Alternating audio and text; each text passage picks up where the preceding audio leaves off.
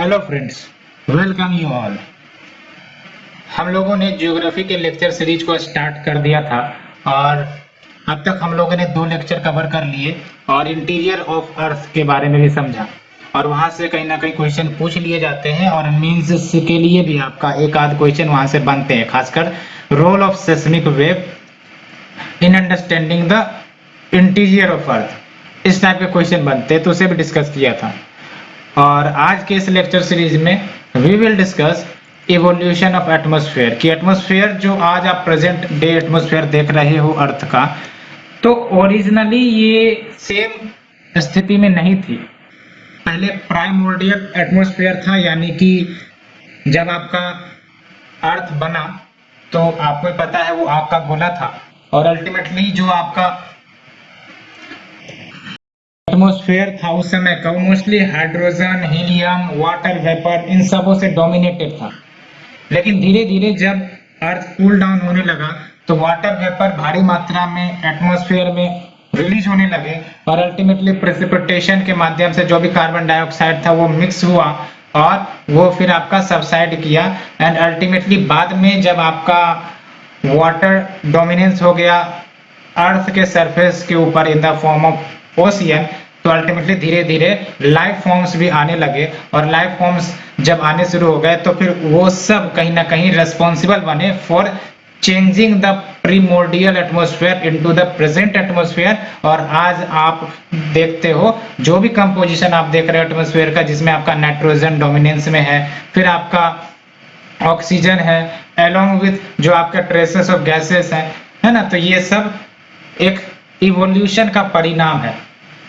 तो बेसिकली अगर हम स्टडी करें इवोल्यूशन ऑफ एटमॉस्फेयर की तो 3 स्टेजेस में इसको डिमार्केट कर सकते हैं। फर्स्ट स्टेज में आपका प्राइमोर्डियल एटमॉस्फेयर का लॉस होता है, यानी कि जब आपका अर्थ बना था तो उस समय जैसा कि मैंने बताया हाइड्रोजन और हीलियम डोमिनेंटली प्रेजेंट था बिकॉज क्लाउड ऑफ डस्ट, आपको भी पता है कि पूरा अर्थ को घेरे हुए था। पूरे अर्थ को क्या, आपका जो भी सोलर सिस्टम में प्लैनेट बन रहे थे उन सबको घेरे हुए था। लेकिन मैंने आपको सोलर विंड के कंसेप्ट के बारे में बताया कि कैसे सोलर विंड बेसिकली सन से रिलीज होता है और अल्टीमेटली इसमें ताकत इतनी ज्यादा रहती है कि वो इन सारे गैसेस को ढकेल कर अर्थ के सराउंडिंग रीजन से बाहर निकालकर उसको इंटरप्लेनेटरी स्पेस में या स्पेस में ट्रांसफर कर दिया। और ऐसा सिर्फ अर्थ के लिए ही नहीं हुआ, बल्कि जो भी आप टेरेस्ट्रियल प्लैनेट देखते हो, चाहे वो आपका मार्स हो, चाहे वो आपका वेनस हो, मरकरी हो, इन सब के साथ भी ऐसा ही हुआ है ना। तो अल्टीमेटली आपका जो प्राइमोर्डियल एटमॉस्फेयर था that is the dominance of hydrogen and helium वाला एटमॉस्फेयर, वो आपका because of the impact of solar wind वो डेविएट हुआ फ्रॉम द अर्थ। तो ये तो आपका फर्स्ट स्टेज था। आज भी सोलर विंड आपको देखने को मिलती है ना। एंड सेकेंड स्टेज की बात करें तो सेकेंड स्टेज में क्या हुआ कि उस समय जब अर्थ आपका फॉर्म हुआ था तो अल्टीमेटली आपको पता है जो इंटीरियर ऑफ अर्थ है काफी ज्यादा हॉट थी और वोल्केनिक इरप्शंस लगातार होते रहती थी और उसके कारण जो भी आपके गैसेस थे फ्रॉम इंटीरियर ऑफ अर्थ वो रिलीज होते थे और अल्टीमेटली एटमॉस्फेयर में जाने लगे। इसी को डीगैसिंग कहते हैं ना, release of gases and water vapor from the interior of the earth into the atmosphere, it is called degassing, है ना। नाम से पता चल रहा है गैसेस का निकलना is called degassing। तो early atmosphere largely contain water vapour, nitrogen, carbon dioxide, methane, ammonia, लेकिन ऑक्सीजन, फ्रीली अवेलेबल ऑक्सीजन काफी कम थे। आज जो आप 21% ऑक्सीजन देखते हो उस समय ऑक्सीजन 9 के बराबर थे, वेरी लिटिल। और उसके बाद आपका फाइनल स्टेज आएगा। फाइनल स्टेज में क्या होगा कि जो एटमॉस्फेयर का कंपोजिशन है उसको मॉडिफाई किया जाएगा, किसके द्वारा, लिविंग वर्ल्ड के द्वारा। लिविंग वर्ल्ड में कौन हो गए, प्लांट्स हो गए या फिर जो वेरियस एनिमल किंगडम आने लगे समय के साथ, वो सब धीरे धीरे एटमॉस्फेयर को मॉडिफाई करेंगे, कार्बन डाइऑक्साइड को एब्जॉर्ब करना शुरू कर देंगे और अल्टीमेटली ऑक्सीजन रिलीज करेंगे via the process of photosynthesis. और इसके बाद धीरे धीरे वाटर बॉडीज में कहो या फिर आप टेरेस्ट्रियल लैंड में कहो, वहां पर आपका ऑक्सीजन का प्रेजेंस बढ़ने लगेगा और ऑक्सीजन के प्रेजेंस बढ़ने के कारण आपका धीरे धीरे रिचनेस इन स्पीसीज देखने को मिलेगी, ओरिजिन ऑफ स्पीसीज होने लगेगा, इवोल्यूशन ऑफ स्पीसीज होने लगेगा। ये सब कहीं ना कहीं आपके कंपोजिशन ऑफ एटमॉस्फेयर के चेंज होने के कारण देखने को मिल रहे हैं, है ना। तो ये हमने इवोल्यूशन ऑफ एटमॉस्फेयर की बात करी। अब बात करते हैं कि जो हाइड्रोस्फीयर है, यानी कि your water bodies like oceans, इसका इवोल्यूशन कैसे हुआ। तो जैसा कि मैंने आपको बताया कि प्रीमोर्डियल अर्थ में रेगुलर बेसिस पर, कंटिन्यूस बेसिस पर वोल्केनिक इरप्शंस होते रहते थे और उसके कारण आपका काफी भारी मात्रा में वाटर वेपर एटमॉस्फेयर में कंट्रीब्यूट होता था, as well as other gases atmosphere में कंट्रीब्यूट किए जाते थे। और जैसे जैसे अर्थ कूल हुआ तो जो वाटर वेपर है वो कंडेंस होना शुरू हुआ, कंडेंस होना शुरू हुआ। आप अभी भी देख सकते हो जो वाटर वेपर रिलीज होती है फ्रॉम द ओशियन सरफेस या फिर फ्रॉम एनी वाटर बॉडी, तो वो हायर ऑल्टीट्यूड पर जाती है और ऊपर जाने के बाद वो कंडेंस होती है ना। तो ये जो आपका वाटर कंडेंस हुआ, अल्टीमेटली फिर प्रेसिपिटेशन होता है, और प्रेसिपिटेशन जब हो रही होती है तो जो उस समय कार्बन डाइऑक्साइड मौजूद थे एटमॉस्फेयर में, उसके साथ ये वाटर मिक्स हो गया और अल्टीमेटली इस प्रेसिपिटेशन के कारण जो आपका टेम्परेचर है अर्थ का और ज्यादा डिक्रीज होने शुरू हो गए और ज्यादा कंडेंसेशन होने लगे। बिकॉज आप समझ सकते हो इतना ज्यादा क्लाउड बनने लगा कि वो जो सन रेज है उसको अंदर आने से ही रोक दिया गया। अब अंदर आने से ही रोक दिया गया तो इसका मतलब more and more cooling, and more and more cooling मतलब प्रेसिपिटेशन और ज्यादा भारी मात्रा में होंगे और ज्यादा रेन होगा और धीरे धीरे आपका जो वाटर वेपर के फॉर्म में था अल्टीमेटली वो लिक्विड फॉर्म में आपको जगह जगह पर जहां जहां डिप्रेशन थे वहां पर फिलअप हो जाएंगे। फॉर एग्जांपल ओशियन कह लो, है ना, सीज कह लो, यहाँ पर आपके ये सब फिलअप हो गए और अल्टीमेटली आपका हाइड्रोस्फीयर का इवोल्यूशन हो जाता है ना। It gave rise to the ocean. And फिर आप यहाँ पर देख लो अर्थ का जो ओशियन है, यानी कि आज जो प्रेजेंट डे ओशियन देखते हो आप, है ना, इसका बने हुए अप्रोक्स 500 मिलियन ईयर्स एगो from the formation of earth, यानी कि अर्थ का फॉर्मेशन आपको पता है 472 करोड़ ईयर पहले हुआ था। उसके 50 करोड़ साल बाद आपका ओशियन का फॉर्मेशन हो जाता है ना, यानी कि अप्रोक्स 422 करोड़ ईयर्स एगो आपका ओशियंस बनने शुरू हो जाते हैं, डेवलप होने शुरू हो जाते हैं, वाटर बॉडीज डोमिनेंट होने लग जाती है अर्थ के सरफेस पर। तो इस वे में हाइड्रोस्फीयर का इवोल्यूशन होता है। अब बात करते हैं ओरिजिन ऑफ लाइफ की। तो शुरुआती एटमॉस्फेयर देखे या फिर जो लैंड सरफेस देखे अर्थ का, जब अर्थ आपका प्राइमोर्डियल स्टेज में था तो जाहिर सी बात है इन्वायरमेंट या एटमॉस्फेयर उतनी ज्यादा कंड्यूसिव तो नहीं थी कि वहां पर लाइफ का डेवलपमेंट हो सके। वोल्केनिक इरप्शन हर जगह, मेटेरिटिक अटैक हर जगह, है ना, कोई सोर्स ऑफ ऑक्सीजन नहीं, है ना, सोर्स ऑफ वाटर नहीं। तो जाहिर सी बात है initial earth was not conducive to the development of life on earth. और जो मॉडर्न साइंटिस्ट है वो कहते हैं कि जो लाइफ की ओरिजिन है जो आपको अर्थ में देखने को मिलती है, it is all because of the chemical reaction. अब ये केमिकल रिएक्शन क्यों हुआ, कैसे हुआ, क्या कारण रहे होंगे, क्या कंडीशन होंगे, साइंटिस्ट को कहीं ना कहीं इसके बारे में पता नहीं चल पाया है। ये एक प्रकार से मान के चलो तो किस सडन लक बाय चांस जिसको कहते हैं, उसी प्रकार से लक बाय चांस ऐसा केमिकल रिएक्शन हुआ जो भी एलिमेंट्स और गैसेस मौजूद थे एटमॉस्फेयर में या फिर आपके सरफेस पर, उसके कारण आपका केमिकल रिएक्शन हुआ। अल्टीमेटली आपका कॉम्प्लेक्स ऑर्गेनिक मॉलिक्यूल्स जनरेट होने शुरू हो गए और ये कॉम्प्लेक्स ऑर्गेनिक मॉलिक्यूल्स धीरे धीरे असेंबल होने शुरू हो गए और बाद में यही ऑर्गेनिक मॉलिक्यूल्स अपने आप को डुप्लीकेट करना शुरू कर दिया। और डुप्लीकेट करने का मतलब है कि इनके पॉपुलेशन में धीरे धीरे वृद्धि होने लगेगी एंड अल्टीमेटली जो इनएनिमेट मैटर है यानी कि जो आपके नॉन लिविंग मैटर है वो आपका लिविंग सब्सटेंस में कन्वर्ट हो जाएगा, है ना। तो धीरे धीरे लाइफ फॉर्म्स डेवलप होने लगेंगी। पहले वाटर बॉडीज में लाइफ फॉर्म डेवलप हुई, फिर वहां से ऑक्सीजन रिलीज हुआ और अल्टीमेटली फिर डिफरेंट टाइप ऑफ स्पीसीज आनी शुरू हो गई और फिर सबका इवोल्यूशन होने लगा और अल्टीमेटली इतने सारे स्पीसीज की डाइवर्सिटी जो है अर्थ पर आने लगी। और ये जो माइक्रोस्कोपिक स्ट्रक्चर है which is closely related to the present form of blue algae, ये आपका मिलता है geological formation which is much older than 3000 million years ago. और इसलिए ये अज्यूम किया जा सकता है कि जो लाइफ है वो इवॉल्व होना शुरू हुआ समटाइम्स 3800 मिलियन ईयर्स एगो, यानी कि 380 करोड़ साल पहले, है ना। अब बात करते हैं जो प्रीलिम्स के लिए इंपॉर्टेंट होगा, that is your geological time scale. तो जियोलॉजिकल टाइम स्केल को समझना थोड़ा सा डिफिकल्ट लगता है, लेकिन ऐसा कुछ है नहीं। क्या याद रखना है उसे मैं बताऊंगा और इसे आप आसानी से समझ लोगे। जियोलॉजिकल टाइम स्केल की बात करें तो सबसे पहली बात ये आपका टाइम स्केल है हमारे जियोलॉजिकल अर्थ के हिस्ट्री की, यानी कि जब से अर्थ बना और तब से लेकर अभी तक प्रेजेंट अर्थ के बीच अर्थ ने जितने भी समय अपने गुजारे हैं, इसी को जियोलॉजिकल टाइम ऑफ अर्थ कहते हैं। और जब ह्यूमंस ने इसको डिमार्केट किया, सर्टेन टाइम पीरियड में डिमार्केट किया, तो ये आपका जियोलॉजिकल टाइम स्केल बन गया। तो आपको कैसे याद रखने, सबसे पहली बात तो ये याद रखने हैं कि अगर हम सबसे पहले चले जाएं अर्थ के हिस्ट्री में, जैसे हम ह्यूमन की हिस्ट्री में जाते हैं तो आपको palaeolithic age, mesolithic age, neolithic age ऐसे मिल जाता है। उसी प्रकार से अर्थ के हिस्ट्री में जब आप सबसे पहले चले जाते हो तो आपको इओन्स मिलते हैं, इओन्स। और इओन्स सबसे लार्जर पीरियड है अर्थ के जियोलॉजिकल हिस्ट्री का, है ना। लेकिन साइंटिस्ट को इस पीरियड के बारे में कुछ भी जानकारी उपलब्ध नहीं है।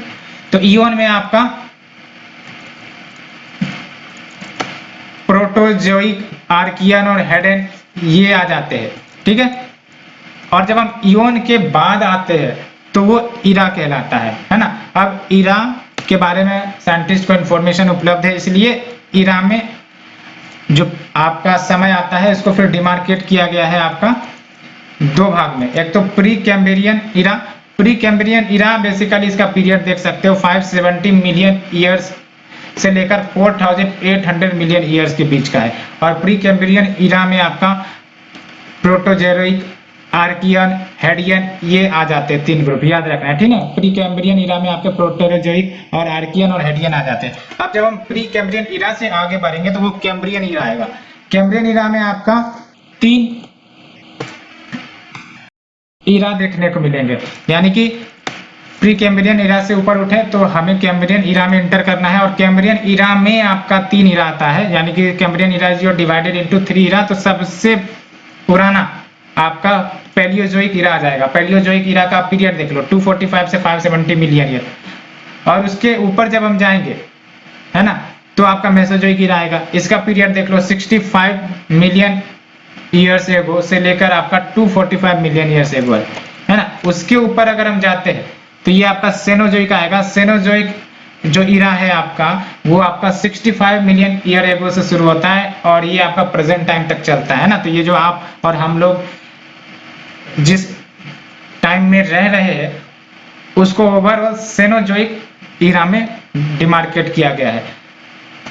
अब ये जो आपका पैलियोजोइक इरा था, पैलियोजोइक इरा का भी सब डिवीजन है ना। तो पैलियोजोइक इरा के अंदर अगर हम जाते हैं तो उसका सबसे पुराना टाइम कैम्ब्रियन है। उसके बाद आता है आपका ऑर्डोविशियन, उसके बाद सिल्यूरियन, उसके बाद डेवोनियन, उसके बाद कार्बोनिफेरस, उसके बाद पर्मियन। कहने का मतलब ये है कि जैसे जैसे हम ऊपर जा रहे हैं, आप देख सकते हो हम लोग अर्थ के प्रेजेंट एज के नजदीक आ रहे हैं, है ना। तो कैम्ब्रियन पहले था, फिर ऑर्डोविशियन था, फिर सिल्यूरियन था, फिर डेनोवियन था, फिर कार्बोनिफेरस, फिर पर्मियन, ये सब आ जाते हैं, ठीक है। तो ये याद रखना है। उसके बाद मेसोजोइक इरा आपका क्रेटेशियस पीरियड में खत्म हो जाता है और उसके बाद आपका सेनोजोइक पीरियड का, सेनोजोइक इरा का शुरुआत हो जाता है। और सेनोजोइक इरा को 2 पीरियड में बांटा गया है, एक तो टर्शरी, एक है क्वार्टरनरी। टर्शरी में अगर हम जाएं तो यहाँ पर जो आपका पीरियड है वो इपोक में डिवाइडेड है ना। तो टर्शरी या फिर आपका जो सेनोजोइक इरा है इसको पीरियड में डिवाइड किया है। पीरियड ये सारे के सारे पीरियड है जो अभी हम डिस्कस कर रहे हैं, क्रेटेशियस, जुरासिक, ट्रायसिक, ये सब पीरियड है। एंड पीरियड को हमने डिवाइड किया है इपोक में। तो फॉर एग्जांपल जब हम सेनोजोइक इरा के टर्शियरी पीरियड में आते हैं तो हमें कौन से इपोक देखने को मिलते हैं क्रोनोलॉजिकली, तो Palaeocene epoch, Eocene, Oligocene, Miocene, Pliocene. उसके बाद क्वार्टरनरी पीरियड ऑफ सेनोजोइक इरा में हम इंटर करते हैं तो प्लीस्टोसीन आता है, उसके बाद आपका होलोसीन आता है। तो हम लोग होलोसीन इपोक में है, क्वार्टरनरी पीरियड में है और सेनोजोइक इरा में है, अगर देखा जाए तो कायदे से, है ना। और इसका टाइम पीरियड आपको याद रखने की जरूरत नहीं है, लेकिन एक बार रिवाइज कर लो कि आप देख सकते हो जो आपके प्री कैम्ब्रियन पीरियड रहे हैं ये आपके इतने के रेंज में रहे हैं। और प्री कैम्ब्रियन में अगर हम इसको ब्रेक डाउन करें तो हेडियन सबसे पुराना है, इसका पीरियड आप देख लो। उसके बाद आपका आर्कियन आता है, उसके बाद प्रोटोजोइक आता है। प्रोटेरोजोइक आपका 570 से शुरू होता है, 250 मिलियन ईयर्स तक चलता है। उसके बाद हम लोग पैलियोजोइक में मूव करते हैं, जिसमें आपका Cambrian, Ordovician, Silurian, Devonian, carboniferous, Permian. उसके बाद हम लोग मेसोजोइक में इंटर करते हैं, ट्राइसिक, जुरासिक, क्रेटेशियस। उसके बाद हम लोग सेनोजोइक में इंटर करते हैं, सेनोजोइक के टर्सरी पीरियड में इंटर करते हैं, जिसमें पैलियोसीन, इयोसीन, ओलिगोसीन, मियोसीन और प्लायोसीन आता है। उसके बाद आपका क्वार्टरनरी में इंटर करते हैं, जिसमें प्लेस्टोसीन और होलोसीन आता है, Holocene epoch. Pleistocene ice age आपने सुना होगा, है ना, जो होमो सेपियन है first appeared on earth in this Pleistocene ice age, है ना। और मॉडर्न मैन तो आपको ही पता है, जब आपका प्लेस्टोसीन आइस एज खत्म होता है तो उसके बाद मॉडर्न मैन आते हैं। और फिर आपके जो ओरिजिन ऑफ लाइफ्स की बात करें तो यहाँ पर आप देख लो, प्री कैम्ब्रियन इरा में जो आपका लाइफ फॉर्म्स है, जैसे unicellular bacteria, blue green algae, soft bodied arthropod, ये सब आने शुरू हो गए थे। और उसके बाद पैलियोजोइक में आप देख सकते हो, पैलियोजोइक के कैम्ब्रियन में ही जाए तो यहाँ पर कोई टेरेस्ट्रियल लाइफ अभी तक नहीं आई थी, है ना, सब मैराइन इनवर्टिब्रेट वाले लाइफ थे।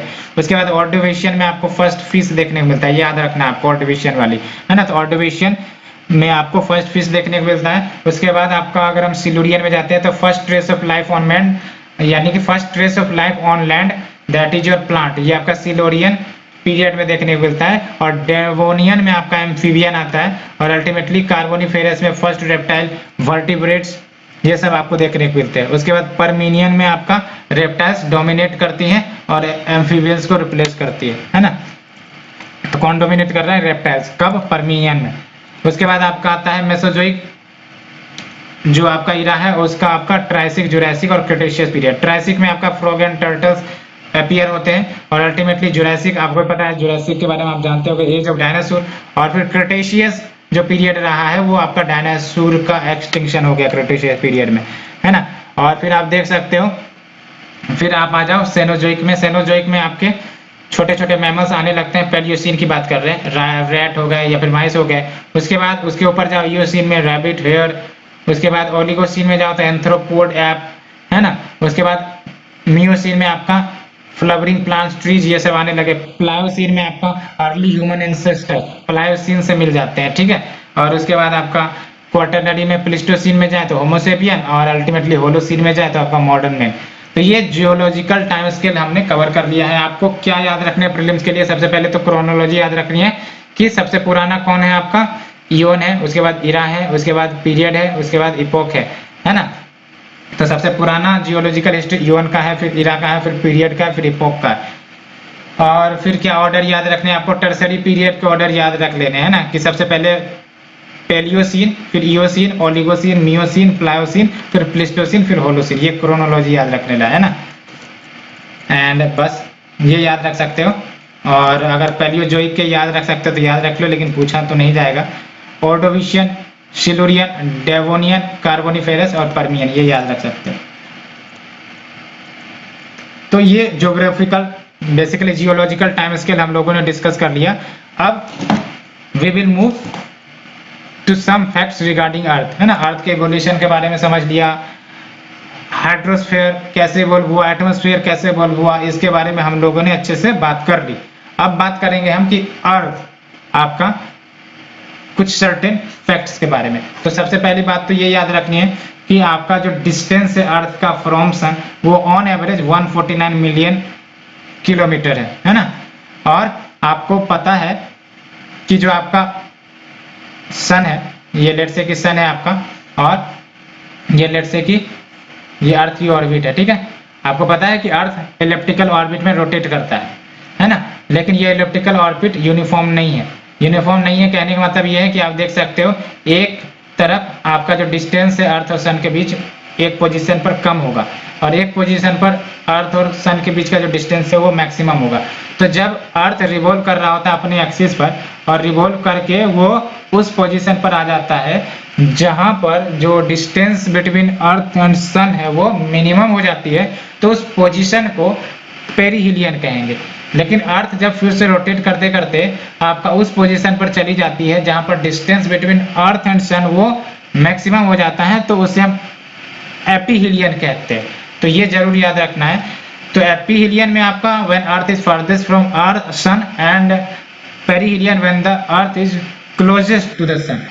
और ये याद कैसे रखना है क्योंकि कंफ्यूजन हो जाता है पेरिहिलियन एपीहिलियन में। तो आप देख सकते हो पी मतलब पास टू द सन, काफी नजदीक, ए मतलब अवे फ्रॉम द सन, तो ए भी याद रख सकते हो, A for away from the sun that is your aphelion, और P that is your perihelion when earth is closest to the sun, है ना।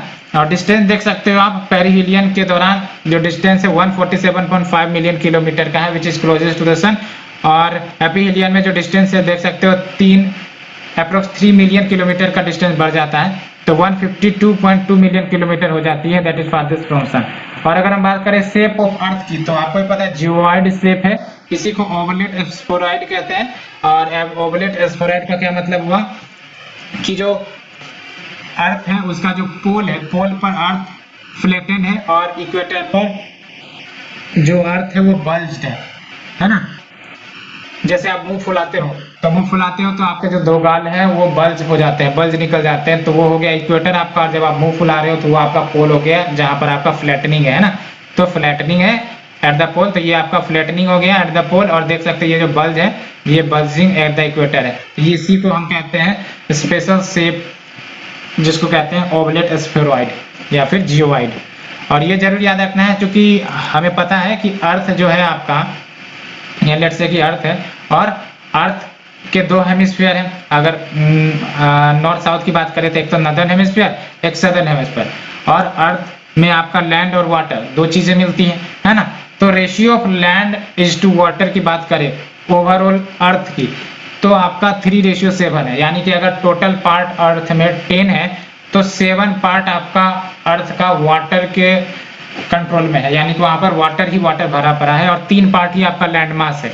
लेकिन अगर हम नदर्न हेमिस्फीयर की बात करें तो जो आपका लैंड टू वाटर रेशियो है वो आपका है 2:3, यानी कि अगर टोटल 5 पार्ट है नदर्न हेमिस्फीयर में तो 3 पार्ट आपका लैंड के द्वारा डोमिनेटेड है और जो बचे 2 पार्ट है वो आपका वाटर के द्वारा डोमिनेटेड है। इसका मतलब नॉर्दर्न हेमिस्फीयर में लैंड सरप्लस है ना। और सदर्न हेमिस्फीयर की बात करें तो देख सकते हो land is to water ratio आपका 1:4 है। इसका मतलब अगर टोटल 5 पार्ट है आपका सदर्न हेमिस्फीयर में तो एक ही पार्ट सदर्न हेमिस्फीयर का वो लैंड है और बाकी के 4 पार्ट आपका वाटर से डोमिनेटेड है ना। That means southern hemisphere has larger surface area under water, है ना। और ये आपको याद रखने हैं बेसिकली कि जो स्पीड ऑफ रोटेशन है अराउंड एक्सिस, जो अर्थ रोटेट करती है अपने एक्सिस के अलोंग, उसका जो स्पीड है वो मैक्सिमम होता है इक्वेटर पर, और पोल वर्ड की तरफ जैसे जैसे जाया जाता है वो स्पीड कम हो जाती है। ये भी कंफ्यूजन रहते हैं स्टूडेंट को, इस कंफ्यूजन को आज दूर करना है। वो आप देख सकते हो कैसे आपका इक्वेटर पर अर्थ की स्पीड, रोटेशनल स्पीड मैक्सिमम होगी। बेसिकली इसको समझने के लिए आप पहले ये बताओ कि आप अर्थ के शेप को देख रहे हो, मोर और लेस स्फेरॉइड शेप है।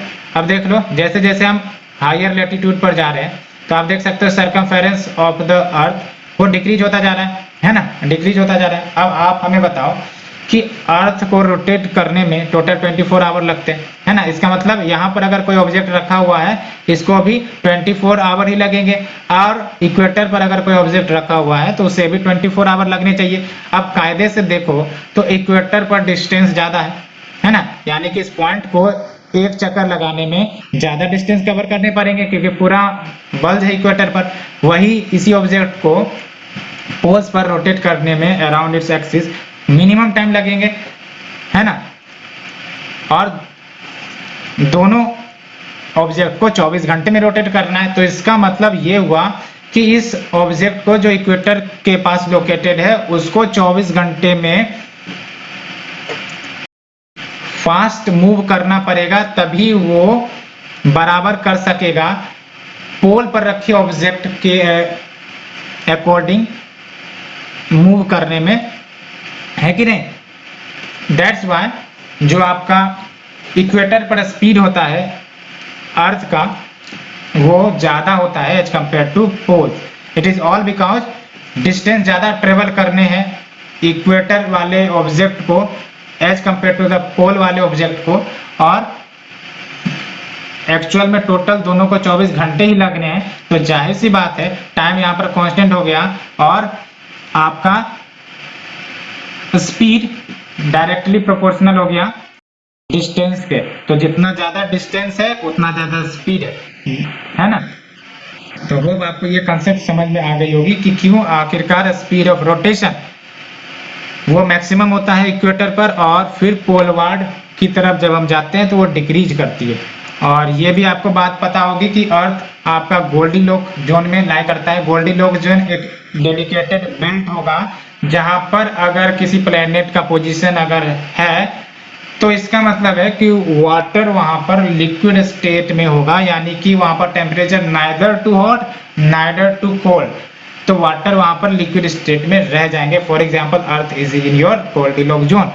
और अर्थ डेंसेस्ट प्लेनेट है हमारे सोलर सिस्टम का, इसको रट लेना है ना, कंफ्यूजन ना हो कि जुपिटर है या फिर आपका सैटर्न है।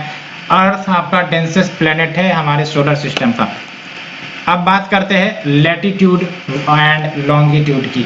यहाँ से एक आध क्वेश्चन आते ही आते हैं, इसलिए लैटिट्यूड और लॉन्गिट्यूड को आपको अच्छे से कवर करना है। तो जब हम बात करते हैं लैटिट्यूड की, तो लैटिट्यूड को समझने से पहले आप एक डायग्राम देखो, है ना। ये अर्थ है, अर्थ का आपको ये सेंटर है ना। अब लेट से कि मैंने यहाँ पर कोई अर्थ के सरफेस पर मैंने कोई ऑब्जेक्ट रखा, है ना। अब कोई ऑब्जेक्ट रखा, अब इस ऑब्जेक्ट का अपना कोई लैटिट्यूड होगा जिस पर ये ऑब्जेक्ट रखाया गया होगा, हायर अल्टीट्यूड में मैंने रखा है ना, तो कोई अपना लैटिट्यूड होगा। अब जब हम इस पॉइंट के एंगल को मेजर करेंगे with respect to centre of the earth, है ना, तो जो एंगल ये आपका पॉइंट बना रहा है with respect to the centre of the earth, वही आपका हो जाता है लैटिट्यूड, है ना। तो कहने का मतलब ये हुआ कि आप अच्छे से देखो, अगर कोई ऑब्जेक्ट यहाँ पर रखा हुआ है तो आप देख सकते हो एंगल मात्र इतना ही बन रहा है, और जैसे जैसे हम हायर लैटिट्यूड की तरफ जा रहे हैं तो एंगल भी बढ़ता जा रहा है, और ज्यादा हायर अल्टीट्यूड की लैटिट्यूड की तरफ जा रहे हैं तो एंगल बढ़ता जा रहा है। और अगर हम पोल पर चले गए तो जो एंगल कितने का बन रहा है 90 डिग्री, अगर हम इक्वेटर पर है तो कितने का एंगल बन रहा है 0 डिग्री, है ना। तो ये कंसेप्ट आपको समझ में आई होगी।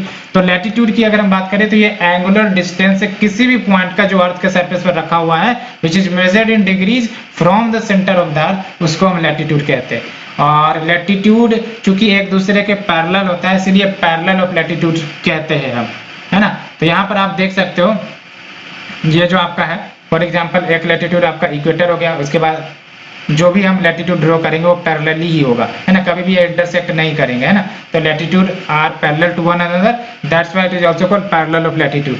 और ये जो पैरेलल है ये in the form of circles exist करते हैं, क्योंकि ये पूरे अर्थ को कवर करता है, एक सर्कमफेरेंस को कवर करता है, दैट्स व्हाई ये आपका इन द फॉर्म ऑफ सर्कल्स होते हैं। लेकिन डायमीटर अनइक्वल होगा। क्यों डायमीटर अनइक्वल होगा? क्योंकि जैसे जैसे हम ऊपर जा रहे हैं सर्कमफेरेंस जो है उस बेल्ट की वो कम होते जा रही है, और जैसे जैसे हम पोल्स पर चले जाएंगे तो पोल्स पर आप देख सकते हो मात्र एक पॉइंट में रेस्ट्रिक्ट हो जाएगा। तो इसका मतलब फ्रॉम इक्वेटर टुवर्ड्स पोल ये जो डायमीटर है आपका लैटिट्यूड का वो कम होता जाएगा। तो ये तो आपको पता होगा, है ना। और लार्जेस्ट सर्कल की बात करें या फिर लार्जेस्ट लैटिट्यूड की ही बात कर ले तो वो आपका इक्वेटर है, that is your 0 degree latitude, जबकि at the post they shrink at a point that is your 90 degree north and south, है ना। तो यहाँ पर तो श्रिंक ही हो जाते हैं, है ना, सर्कमफेरेंस लुल हो जाता है यहाँ पर। और अगर बात करें टोटल लैटिट्यूड की संख्या कितनी है तो 181 लैटिट्यूड है टोटल में। कैसे?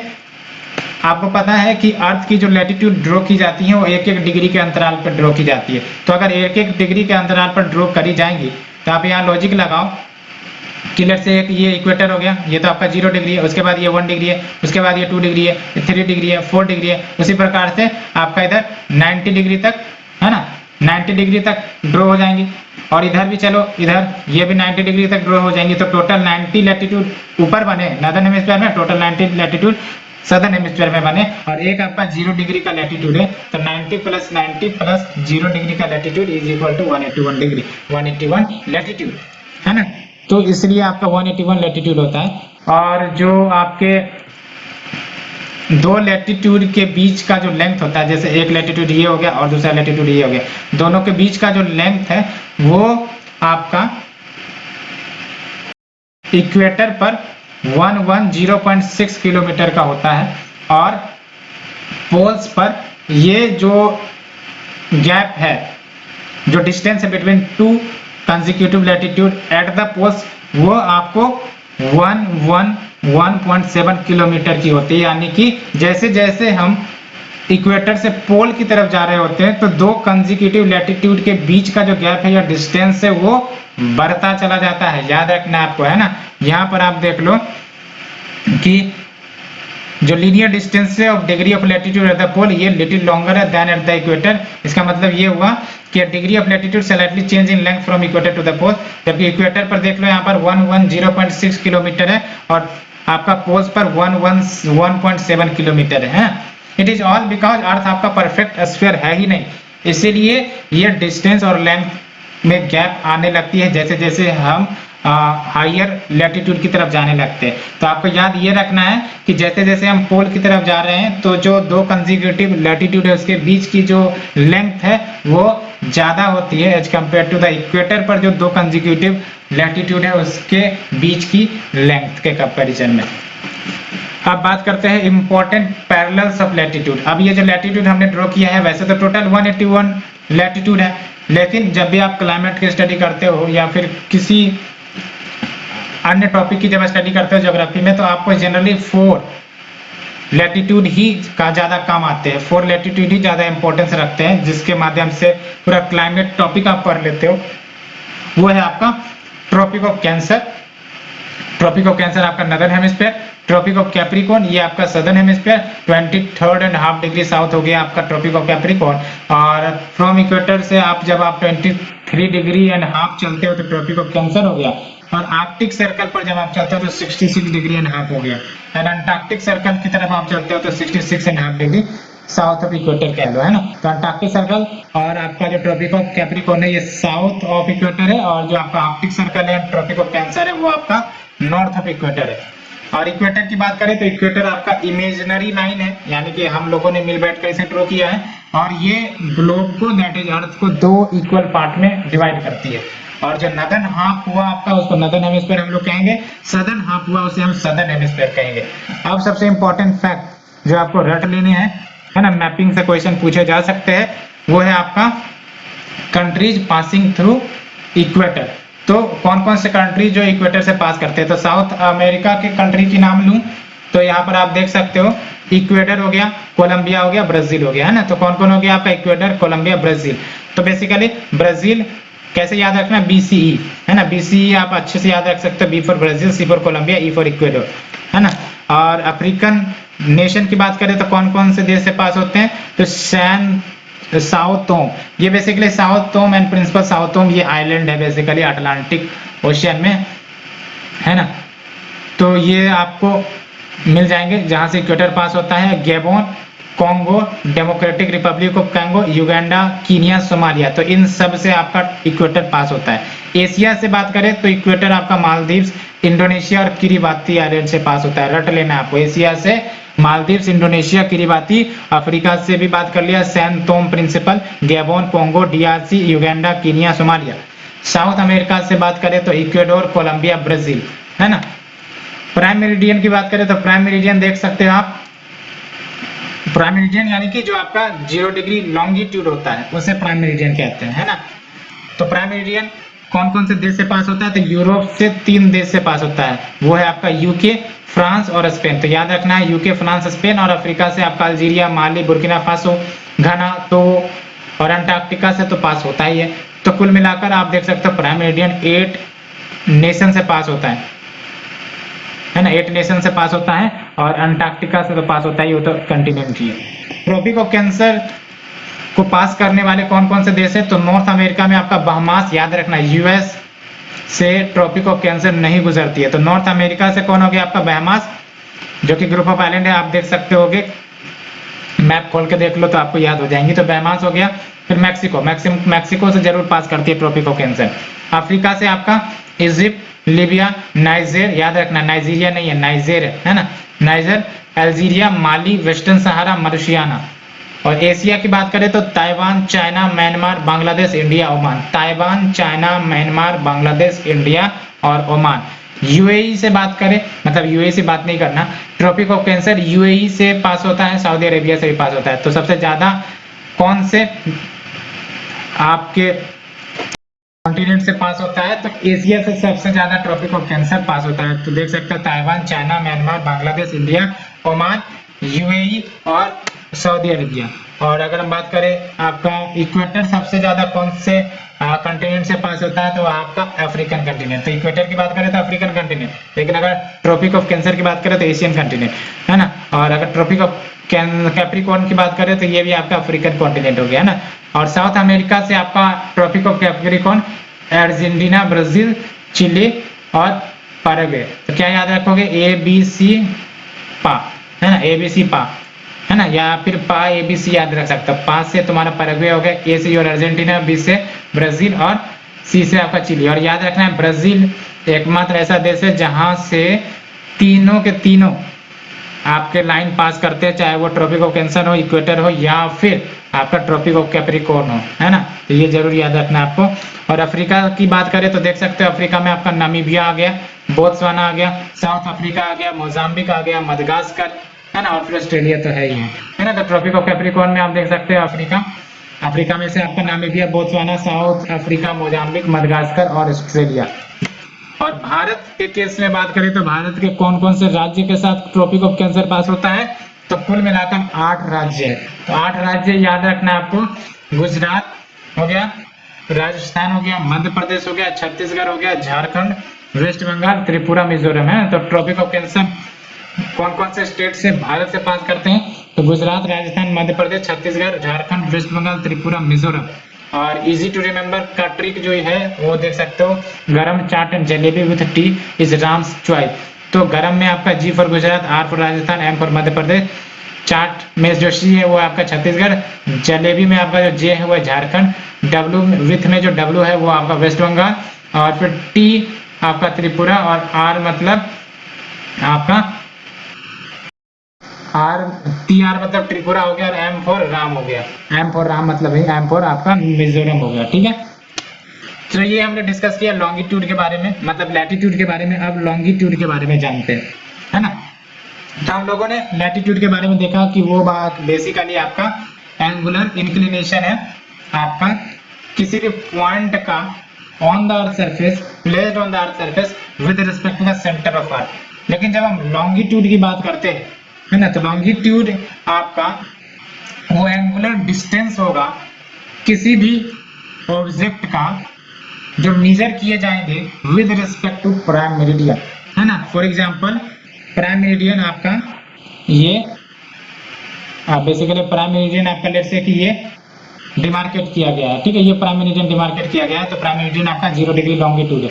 अब प्राइम मेरिडियन के जब हम ईस्ट में जाएंगे, है ना, फॉर एग्जांपल यहाँ पर कोई पोजीशन है, तो ये जो एंगल आपका बनाएगा ये आपका लॉन्गिट्यूड बनाएगा, है ना। तो जब हम प्राइम मेरिडियन के ईस्ट में जाएंगे तो आपका वो ईस्टर्न लॉन्गिट्यूड होगा, और जब हम प्राइम मेरिडियन के वेस्ट के डायरेक्शन में जाएंगे तो ये आपका वेस्टर्न लॉन्गिट्यूड होगा, है ना। तो साफ साफ शब्दों में कहें तो longitude of a place it is the angular distance जो मेजर किए जाते हैं with respect to prime meridian कि वो आपका ईस्ट में लाई करेगा या फिर वेस्ट में लाई करेगा। तो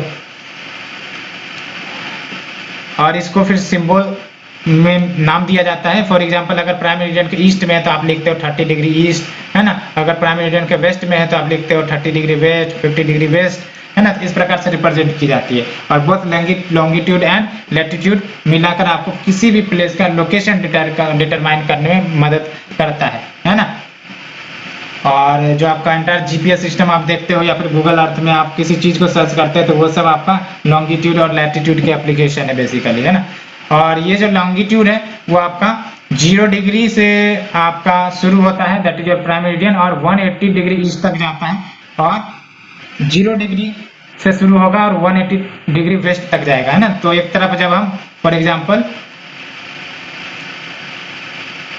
यहाँ देख लो आप, है ना, तो ये आप हमने शुरू किया यहाँ से मूव करना, और ये 0 डिग्री से 180 डिग्री ईस्ट की तरफ जाएगा, है ना। और इधर आप देख सकते हो 0 डिग्री से 180 डिग्री वेस्ट की तरफ जाएगा। तो ये आपका लॉन्गिट्यूड का जो एंगल है उसको हमने बताया, ठीक है। और प्राइम मेरिडियन की बात करें तो प्राइम मेरिडियन आपका जो आज देख रहे हो, जैसे हमने देखा कि प्राइम मेरिडियन कहाँ से चूज किए गए हैं, तो आपके जो भी नेशन है जैसे आपका फ्रांस, स्पेन, उन सब जगहों को डिमार्केट करता है। लेकिन आखिरकार उसी को प्राइम मेरिडियन क्यों चुना गया, किसी अन्य लोकेशन को प्राइम मेरिडियन क्यों नहीं चुना गया? It is all because of the सहमति, है ना, कॉपरेशन।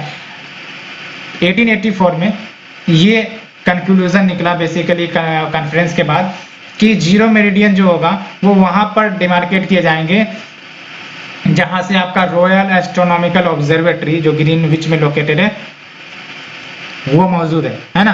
तो कहां पर मौजूद है आपका एस्ट्रोनॉमिकल ऑब्जर्वेटरी? ग्रीनविच, लंदन में। तो इसीलिए ये सहमति से आपका इसी को प्राइम मेरिडियन मान लिया गया, है ना। अदरवाइज किसी भी लॉन्गिट्यूड को प्राइम मेरिडियन माना जा सकता था, क्योंकि उसके रेस्पेक्ट में अगर ईस्ट जाओगे वेस्ट जाओगे वो आपका कोई फर्क उससे आने वाले नहीं थे। लेकिन बिकॉज ऑफ द सहमति ये आपका डिसीजन लिया गया, है ना। और हमने बता भी दिए कि कौन कौन से देश के साथ आपका लॉन्गिट्यूड ये क्रॉस करता है। और लॉन्गिट्यूड के बारे में कुछ इंपॉर्टेंट फैक्ट आपको याद रखने कि जो डिस्टेंस है बिटवीन टू कंसेक्यूटिव लॉन्गिट्यूड वो डिक्रीज करती है as we move from equator towards pole. ऐसा इसीलिए कि फॉर एग्जांपल ये आपका अर्थ है और लेट्स से कि मैंने प्राइम मेरिडियन ड्रॉ किया। अब प्राइम मेरिडियन ड्रॉ किया और आपको भी पता है कि जैसे जैसे हम ईस्ट या वेस्ट की तरफ मेरिडियन ड्रॉ करेंगे तो ये आपका ऐसे जाता जाएगा, ठीक है, ऐसे जाता जाएगा, ऐसे जाता जाएगा। तो इसका मतलब ये है कि आप देख सकते हैं जैसे जैसे हम टुवर्ड द पोल ये प्राइम मेरिडियन कन्वर्ज हो रहा है। प्राइम मेरिडियन या फिर जो भी मेरिडियन है वो सब पोल्स पर जाके कन्वर्ज हो रहे हैं और देख सकते हो जो डिस्टेंस है दोनों दो कंसेक्यूटिव मेरिडियन के बीच वो कम होता जा रहा है। दैट्स व्हाई आपका जो डिस्टेंस है between longitude eight the equator वो आपका मैक्सिमम होता है और एट द पोल ये जाके जीरो हो जाती है बिकॉज ये मर्ज हो जाती है पोल्स में जाके, ठीक है। तो ये पॉइंट याद रखना, distance between longitude decreases from equator towards pole और मैक्सिमम होता है इक्वेटर पर। साथ ही साथ जो डिस्टेंस है between longitude eight the equator वो आपका सेम होता है the distance between the latitude रफली 69 माइल। लेकिन जैसे जैसे हम हायर लैटिट्यूड की तरफ जाने लगते हैं, फॉर एग्जांपल 45 डिग्री नॉर्थ या साउथ अगर हम गए तो जो डिस्टेंस है बिटवीन द लॉन्गिट्यूड वो आपका 79 किलोमीटर हो जाता है, घट जाता है ना। और जैसे हम पोल की तरफ पहुंच जाते हैं तो जो डिस्टेंस बिटवीन लॉन्गिट्यूड है वो जीरो हो जाती है बिकॉज ये सारे पॉइंट मर्ज हो जाते हैं पोल्स पर जाके, है ना। और इसका मतलब यही हुआ कि डिक्रीज ऑफ लॉन्गिट्यूड आपका बेसिकली डिग्री ऑफ लॉन्गिट्यूड वो डिक्रीज करती है in length from equator to pole. तो सिंपल सा याद रखना है as we move from equator to pole तो जो आपका लेंथ है लॉन्गिट्यूड का बिटवीन द टू लॉन्गिट्यूड वो आपका डिक्रीज करती है, ठीक है, बिटवीन द टू लॉन्गिट्यूड याद रखना।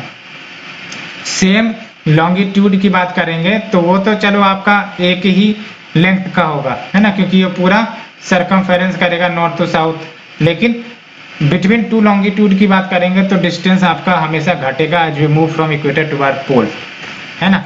और फिर यहाँ देख लो the primary unit in which longitude and latitude है वो आपका डिग्री में दिया जाता है और ओवरऑल 360 डिग्री ऑफ लॉन्गिट्यूड होती है ना। तो 360 डिग्री लॉन्गिट्यूड कैसे हो गया? 180 डिग्री आप जाओ जीरो प्राइम मेरिडियन से 180 डिग्री ईस्ट की तरफ जाओ, उसी प्रकार से जीरो प्राइम मेरिडियन से आप 180 डिग्री वेस्ट पर जाओ तो टोटल आपका 360 डिग्री का एंगल बन जा रहा है ना। दैट्स व्हाई जो आपका लॉन्गिट्यूड होता है आपका 360 डिग्री का होता है ना। और जो आपका लैटिट्यूड होता है वो क्या होता है? 0 डिग्री से शुरू होता है 90 डिग्री पर जाके खत्म हो जाता है ना। तो ये आपको भी पता होगा और ये तो आपने पढ़ा ही होगा कि each degree is divided into minutes, है ना। तो each degree can be broken into 60 minutes and each minute can be divided into 60 second. अब बात करते हैं इंटरनेशनल डेट लाइन की। तो इंटरनेशनल डेट लाइन की बात करें तो ये जो आपका इंटरनेशनल डेट लाइन होता है वो प्राइम मेरिडियन के जस्ट अपोजिट होता है। यानी कि अगर प्राइम मेरिडियन आपका यहाँ पर है यानी कि 0 डिग्री पर, इसके जस्ट अपोजिट फेस पर चले जाओ अर्थ के तो ये जो पीछे आप देखोगे तो वो आपका 180 डिग्री वाला जो लॉन्गिट्यूड देखने को मिलेगा वही आपका इंटरनेशनल डेट लाइन कहलाएगा। इंटरनेशनल डेट लाइन क्यों कहलाया जा रहा है? बिकॉज जब इस इंटरनेशनल डेट लाइन को क्रॉस किया जाएगा फ्रॉम ईस्ट टू वेस्ट तो फिर आपका एक दिन लूज हो जाएंगी, या फिर अगर वेस्ट टू ईस्ट क्रॉस किया जाएगा इस इंटरनेशनल डेट लाइन को तो एक दिन गेन हो जाएंगी। तो कहने का मतलब ये हुआ कि अगर आप लेट से कि रशिया में आपने अपना बर्थडे सेलिब्रेट किया आज के दिन और आप चाहते हो कि दोबारा हमें सेलिब्रेट करना है, दोबारा हमको टाइम मशीन में जाके फिर से वो बर्थडे को सेलिब्रेट करना है, तो आराम से साइबेरिया से फ्लाइट पकड़ो अलास्का की तरफ और आप फिर से एक दिन पीछे चले जाओगे और आराम से आप बर्थडे सेलिब्रेट करो दोबारा। 4 बार भी सेलिब्रेट करना चाहते हो तो 4 बार भी सेलिब्रेट कर लो, है ना। तो ये होता है आपका। तो जब इंटरनेशनल डेट लाइन को वेस्ट से ईस्ट की तरफ क्रॉस किया जाएगा तो एक दिन का गेन होगा, और जब ईस्ट से वेस्ट की तरफ क्रॉस किया जाएगा तो एक दिन का लॉस होगा। तो यहाँ आप देख सकते हो, है ना, west side of the international date line is always 1 day ahead of the eastern side. तो यहाँ पर आप देख लो, traveller crossing the date line from east to west. तो कोई ट्रेवलर है जो ईस्ट से वेस्ट की तरफ क्रॉस कर रहा है फ्रॉम इंटरनेशनल डेट लाइन, तो ये एक दिन लूज करेगा, और जब वो डेट लाइन को क्रॉस कर रहा है फ्रॉम वेस्ट टू ईस्ट तो वो एक दिन गेन करेगा, ठीक है।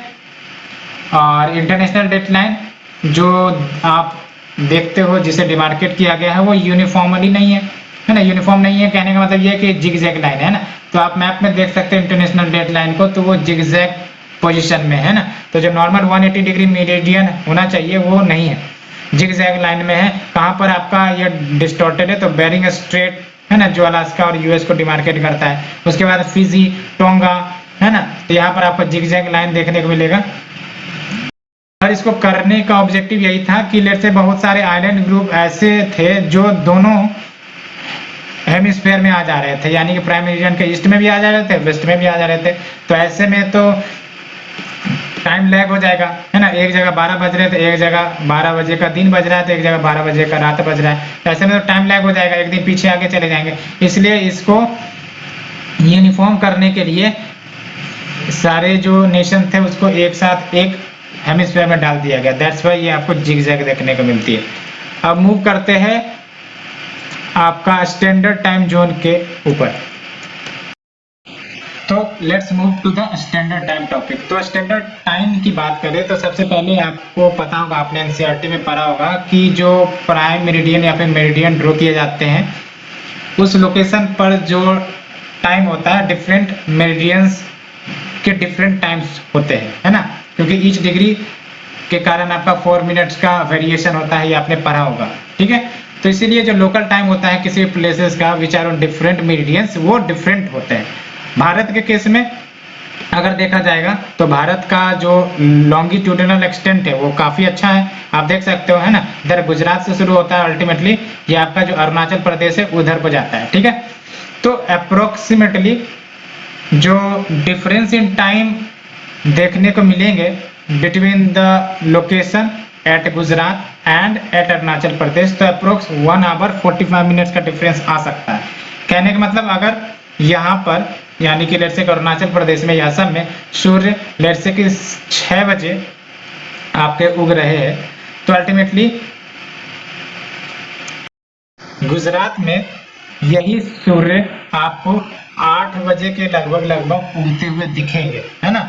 बिकॉज आपका 1 आवर 45 मिनट का गैप है, ठीक है।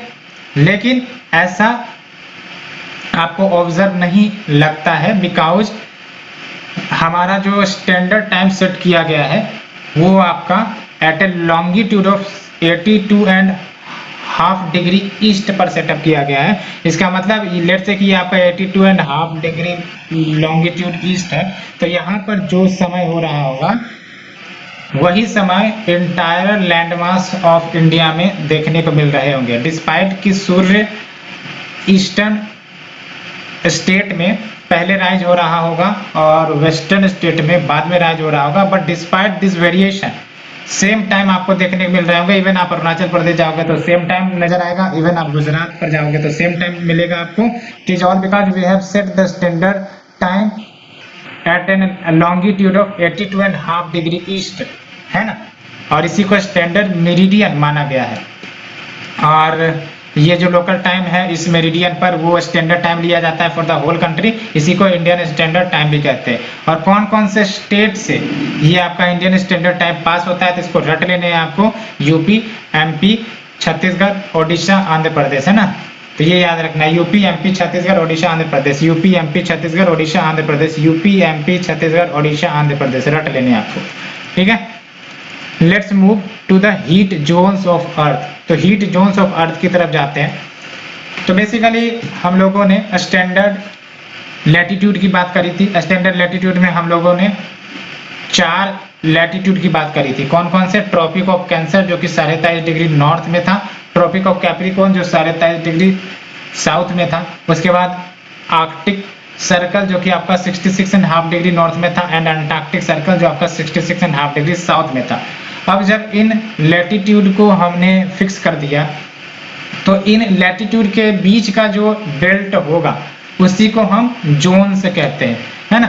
जोन्स में भी आपका ये हीट जोन कहलाएंगे। क्यों? क्योंकि इस जोन में आपको टेम्परेचर वेरिएशन देखने को मिलेंगे, है ना। फॉर एग्जांपल हमने टोराइड जोन इसलिए डिमार्केट किया है बिकॉज आपको पता है कि जो सन है वो मूव करती है from Tropic of Cancer to Tropic of Capricorn and Tropic of Capricorn से ट्रॉपिक ऑफ कैंसर, है ना। तो इसी जोन में सन आपका करंट मूव करते रहता है। दैट्स वाई इस जोन को डिमार्केट किया गया है आपका टोराइड जोन, और यहाँ पर मैक्सिमम हीट रिसीव होता है अर्थ सरफेस के द्वारा, ठीक है। तो देख लो टोराइड जोन की बात करते हैं तो it is between 23.5 degree north to 23.5 degree south. और यहाँ पर जो मिड डे सन होंगे वो एग्जैक्टली ओवरहेड होते हैं at least once a year, because sun इसी के बीच आपका अप एंड डाउन होते रहता है ना, एपरिएंट मूव करते रहता है। इसलिए अगर कोई पोजीशन, कोई ऑब्जेक्ट यहाँ पर है या यहाँ पर है या कहीं पर भी है तो सन जरूर ओवरहेड होगा एक ना एक टाइम पर, है ना, at least once a year on all the latitude in between Tropic of Cancer and Tropic of Capricorn. इसलिए यहाँ पर आपको मैक्सिमम हीट रिसीव होता है। दूसरा है आपका टेम्परेट जोन। तो टेम्परेट जोन पर कभी भी, टेम्परेट जोन में आपका कभी भी मिड डे सन शाइन नहीं करेगा overhead on any latitude, because उसके बियॉन्ड सन तो कभी ऊपर जाता ही नहीं है ना। वो सिर्फ और सिर्फ इसी ट्रॉपिक ऑफ कैंसर और ट्रॉपिक ऑफ कैप्रिकॉर्न के बीच में मूव करते रहता है ना। अगर वो आपका बियॉन्ड ट्रॉपिक ऑफ कैंसर या कैप्रिकॉर्न जाएगा ही नहीं तो जाहिर सी बात है ओवरहेड पर लाई भी नहीं करेगा किसी भी लैटिट्यूड के ऊपर which is beyond tropic of cancer या कैप्रिकॉर्न, ठीक है। और फिर ये जरूर याद रखना, angle of sun rays goes on decreasing toward the pole. तो जैसे जैसे पोल्स की तरफ बढ़ते हैं तो जो सन रेज का एंगल है वो डिक्रीज करता है। कैसे डिक्रीज करता है उसको भी समझ लो आप। फॉर एग्जांपल ये है आपका अर्थ, है ना, और अल्टीमेटली सन रेज आपके आ रहे हैं, ठीक है, सन रेज आ रहे हैं। आप देख सकते हो ये आपका जो है इक्वेटर वाला पोजीशन है, तो डायरेक्टली यहाँ पर स्ट्राइक कर रहा है। तो ये आपका सरफेस हो गया और ये आपका सनरेज हो गया। तो आप देख सकते हैं यहाँ पर 90 डिग्री का एंगल बन रहा है। लेकिन जब यहाँ की बात करें पोल्स की तरफ तो देख सकते हैं ये सरफेस ऐसे हो गया आपका, और ये जो आपका सनरेज आ रहा है वो इस डायरेक्शन से आ रहा है। तो इसका मतलब आप देख सकते हो एंगल जो है वो आपका कम हो गया है, ठीक है। दैट्स वाई आपका जो एंगल ऑफ सनरेज है वो आपका डिक्रीज करते हैं फ्रॉम अर्थ टुवर्ड्स पोल, ठीक है। तो देख लो यहाँ पर the angle of sun rays goes on decreasing toward the pole. और जाहिर सी बात है ये टेम्परेट जोन में है तो सन रेज उतना इंटेंसिटी वाला पहुंच नहीं पाता है, स्लैंटिंग रेज होते हैं, देयर बाय मॉडरेट टेम्परेचर देखने को मिलते हैं। Now we have the frigid zone. तो फ्रिजिड जोन की बात करें तो इट इज द जोन या area lying between Arctic circle and the north pole in the northern hemisphere and Antarctic circle and south pole in the southern hemisphere. और फिर आपका ये बहुत ही कोल्ड वाला जोन होता है, टेम्परेचर काफी ज्यादा कम होती है, एंड इट इज बिकॉज कि सन यहाँ पर राइज ही नहीं करते much above the horizon, because sun की रेज यहाँ पर पहुंचती है, सन यहाँ नहीं पहुंचते, है ना। और सन की रेज भी जो होती है वो एक पार्टिकुलर पीरियड में ही पहुंचती है, जब आपका सन का, जब आपका अर्थ का टिल्टेशन आप देख सकते हो इस डायरेक्शन में रहता है, तभी ये आपका स्लैंटिंग रेज यहाँ पोल पर पहुंचती है, तभी यहाँ पर सन रेज आती है। अदरवाइज अगर ये आपका पोजीशन सन ऐसे रखे रहे तब आपका जो सनरेज होगा वो इवन नहीं पहुंच पाएगा इस नॉर्थ पोल में। अल्टीमेटली 6 मंथ का डार्क रहता है पोल्स पर, है ना, जब वो अवे होता है फ्रॉम द सन। तो ये हमने डिस्कस किया about this heat zone of the earth, that is your toroid zone, temperate zone and frigid zone. अब बात करते हैं मोशन ऑफ अर्थ की। तो जब हम अर्थ के मोशन की बात करते हैं तो आपको भी पता है जो अर्थ है हमारा वो दो प्रकार के मोशन करता है, एक तो रोटेशन करेगा अपने एक्सिस के अकॉर्डिंग और दूसरा वो रिवोल्यूशन करेगा सन के चारों तरफ, है ना। तो जब हम रोटेशन की बात करते हैं तो earth rotates around its axis from west to east, याद रखना है ना, वेस्ट टू ईस्ट आपका अर्थ रोटेट करता है अराउंड इट्स एक्सिस। और इस रोटेशन मोशन के कारण क्या इफेक्ट होता है, तो जो आप डे एंड नाइट का साइकिल देखते हो कि दिन हो गया रात हो गया फिर दिन हो गया रात हो गया, it is all because of the rotation of our earth. दूसरा कोरियोलिस फोर्स का जेनेसिस कहा जाता है आपको रोटेशनल मोशन, है ना। तो जो रोटेशनल मोशन अर्थ के हैं उसी के कारण आपका कोरियोलिस फोर्स जनरेट होता है ना। सीजन को भी ये अफेक्ट करता है, लेकिन सीजन को अफेक्ट करने के लिए अकेला ये रोटेशन जिम्मेदार नहीं होता है। जो आप सीजन देखते हो, सीजनल चेंजेस देखते हो, उसके पीछे रोटेशन भी जिम्मेदार है, रिवॉल्यूशन भी जिम्मेदार है, और जो टिल्टेड एक्सिस है अर्थ का 23.5 डिग्री वो भी जिम्मेदार है ना। तो याद रखना है आपको कि जो आपका सीजनल चेंज के लिए जो फैक्टर रिस्पॉन्सिबल है, जो अफेक्ट करते हैं सीजन को, वो है आपका rotation plus revolution plus tilted axis of the अर्थ, तीनों, है ना। और अगर हम बात करें सोलर डे की, तो solar day is your time taken to complete one rotation. Earth जो टाइम लेता है to complete one rotation around its axis, तो जिसे आप अप्रोक्सीमेटली 24 आवर्स भी कहते हो, वो हो गया आपका सोलर डे। और स्पीड ऑफ रोटेशन वो डिक्रीज करता है फ्रॉम इक्वेटर टू पोलर, ये हमने समझा ही दिया है। और ये जो एक्सिस है रोटेशन का वो इंक्लाइंड है 23.5 डिग्री के ऊपर, जिसके कारण आपको varying length of days and night देखने को मिलते हैं। फॉर एग्जांपल अगर ये इंक्लाइंड नहीं होता 23.5 डिग्री पर, ये आपका पूरा यहाँ पर होता है, तो अल्टीमेटली अगर सन के रेज आते तो वो इक्वली डिस्ट्रीब्यूट होते हैं एवरी सरफेस पर। दैट्स वाई आपको 12 घंटे का दिन 12 घंटे का रात हर जगह पर होता है। लेकिन चूंकि अर्थ का एक्सिस ऐसे टिल्टेड है, दैट्स वाई हर जगह 12 घंटा का दिन 12 घंटा का रात नहीं होता है। Variation in length of days and night देखने को मिलते हैं एट डिफरेंट सीजन, है ना। तो ये याद रखना। आप देख सकते हो ये आपका रोटेशनल एक्सिस है, और ये ट्रॉपिक ऑफ कैप्रिकॉर्न, इक्वेटर, और फिर ये आपका ट्रॉपिक ऑफ कैंसर, है ना। और ये जो एंगल है आपका फ्रॉम द नॉर्मल 23.5 डिग्री का जो बना रहा है, ठीक है। अब बात करते हैं रिवॉल्यूशन की। तो अर्थ आपका रिवॉल्व करता है around the sun elliptical orbit में, है ना। और जो टाइम लगते हैं अर्थ को सन की चारों ओर रिवॉल्व करने में, वो है आपका 365 डेज एंड 6 आवर एक रिवॉल्यूशन को कंप्लीट करने में। और ये जो एक्स्ट्रा 6 आवर देख रहे हो, ये 1 एक्स्ट्रा डे के रूप में तब्दील किया जाता है, और वो आपका एक लीप ईयर बनाता है ना। तो लीप ईयर 4 साल के बाद आती है। तो 4 साल के बाद क्यों आती है, बिकॉज हर एक साल में आपको 6 आवर का एडिशन होता है। तो 6 hour 6 hour 6 hour 6 hour 4 revolution में ये टोटल मिला के 24 आवर बन जाते हैं, यानी कि एक दिन बन जाते हैं। दैट्स व्हाई हर साल 4 साल के बाद एक लीप ईयर आपको देखने को मिलता है, ठीक है। और अर्थ क्लोजेस्ट होता है सन के 3 जनवरी के दिन, that is your 147 million kilometre दूर ही रहते हैं, इसको पेरिलियन हमने बताया भी था। और अर्थ फारदेस्ट होता है from the sun, that is your on 4 July, और ये आपका उस समय 152 किलोमीटर के आसपास, मिलियन किलोमीटर के आसपास की दूरी होती है, इसी को एपीलियन कहते हैं, ठीक है।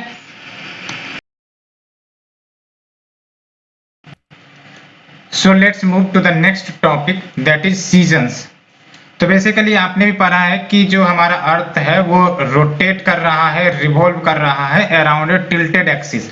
और कितना एंगल पर टिल्टेड है हमारा अर्थ, तो 23.5 डिग्री, ये हमने पढ़ा है। Because of that tiltation and revolution and rotation, इसके कारण आपको वेरियस सीजन देखने को मिलते हैं। 4 सीजन हम लोग ऑब्जर्व करते हैं, जो वेरियस टाइम में ऑब्जर्व किए जाते हैं। एक तो आपका समर सीजन होता है, विंटर सीजन होता है, ऑटमन सीजन होता है, स्प्रिंग सीजन होता है ना। It is all because rotation revolution around a tilted axis, जो आपका अर्थ का है। ये याद रखना है क्योंकि ये क्वेश्चन यूपीएससी ने पूछ चुका है।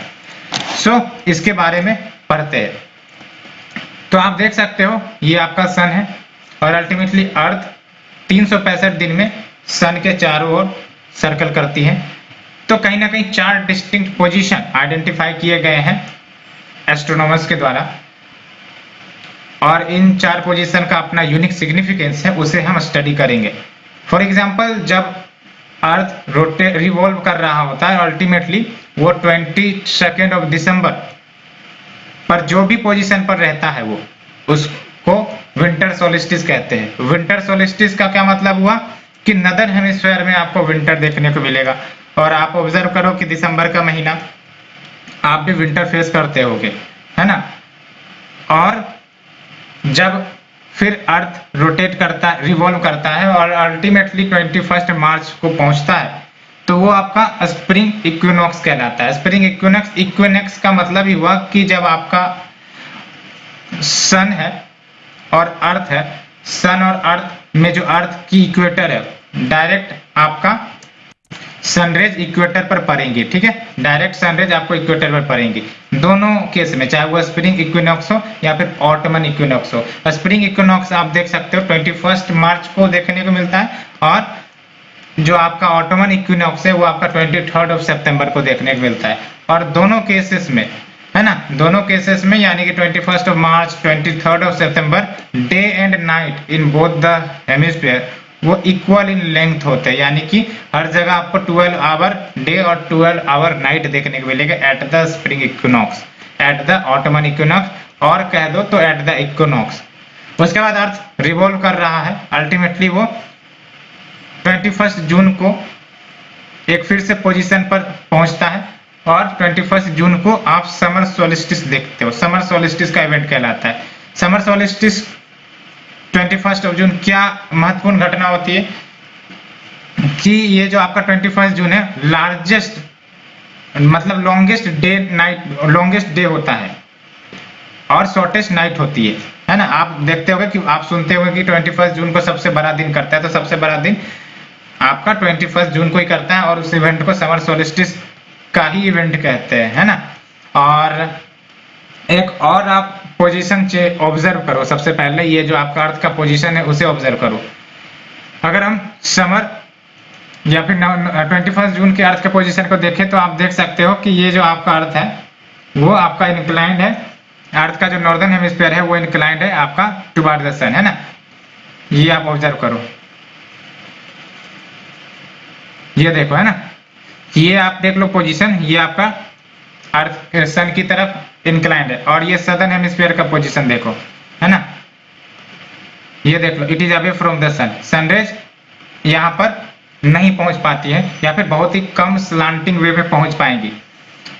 तो इसके कारण क्या होगा कि जो आपका नदर्न हेमिस्फीयर होगा उसमें जो सनरेज होंगी वो सरप्लस होंगी, साथ ही साथ वो वेल डिस्ट्रीब्यूटेड होंगी, जिसके कारण आपका इवन एट द पोल्स आपको सनरेज पहुंच जाती हैं, और 24 आवर डे लाइट आपको पोल्स और नियर बाय द पोल्स देखने को मिलता है। जबकि इसी समर सोलिस्टिस के दिन जो आपका सदर्न हेमिस्फीयर है पोल के अराउंड आपको 24 आवर नाइट देखने को मिलती है, यानी कि 24 घंटे रात होती है वहां पर at the poles, near by the poles in the southern hemisphere, है ना। अब इसको समझने के बाद आप विंटर वाले में आओ।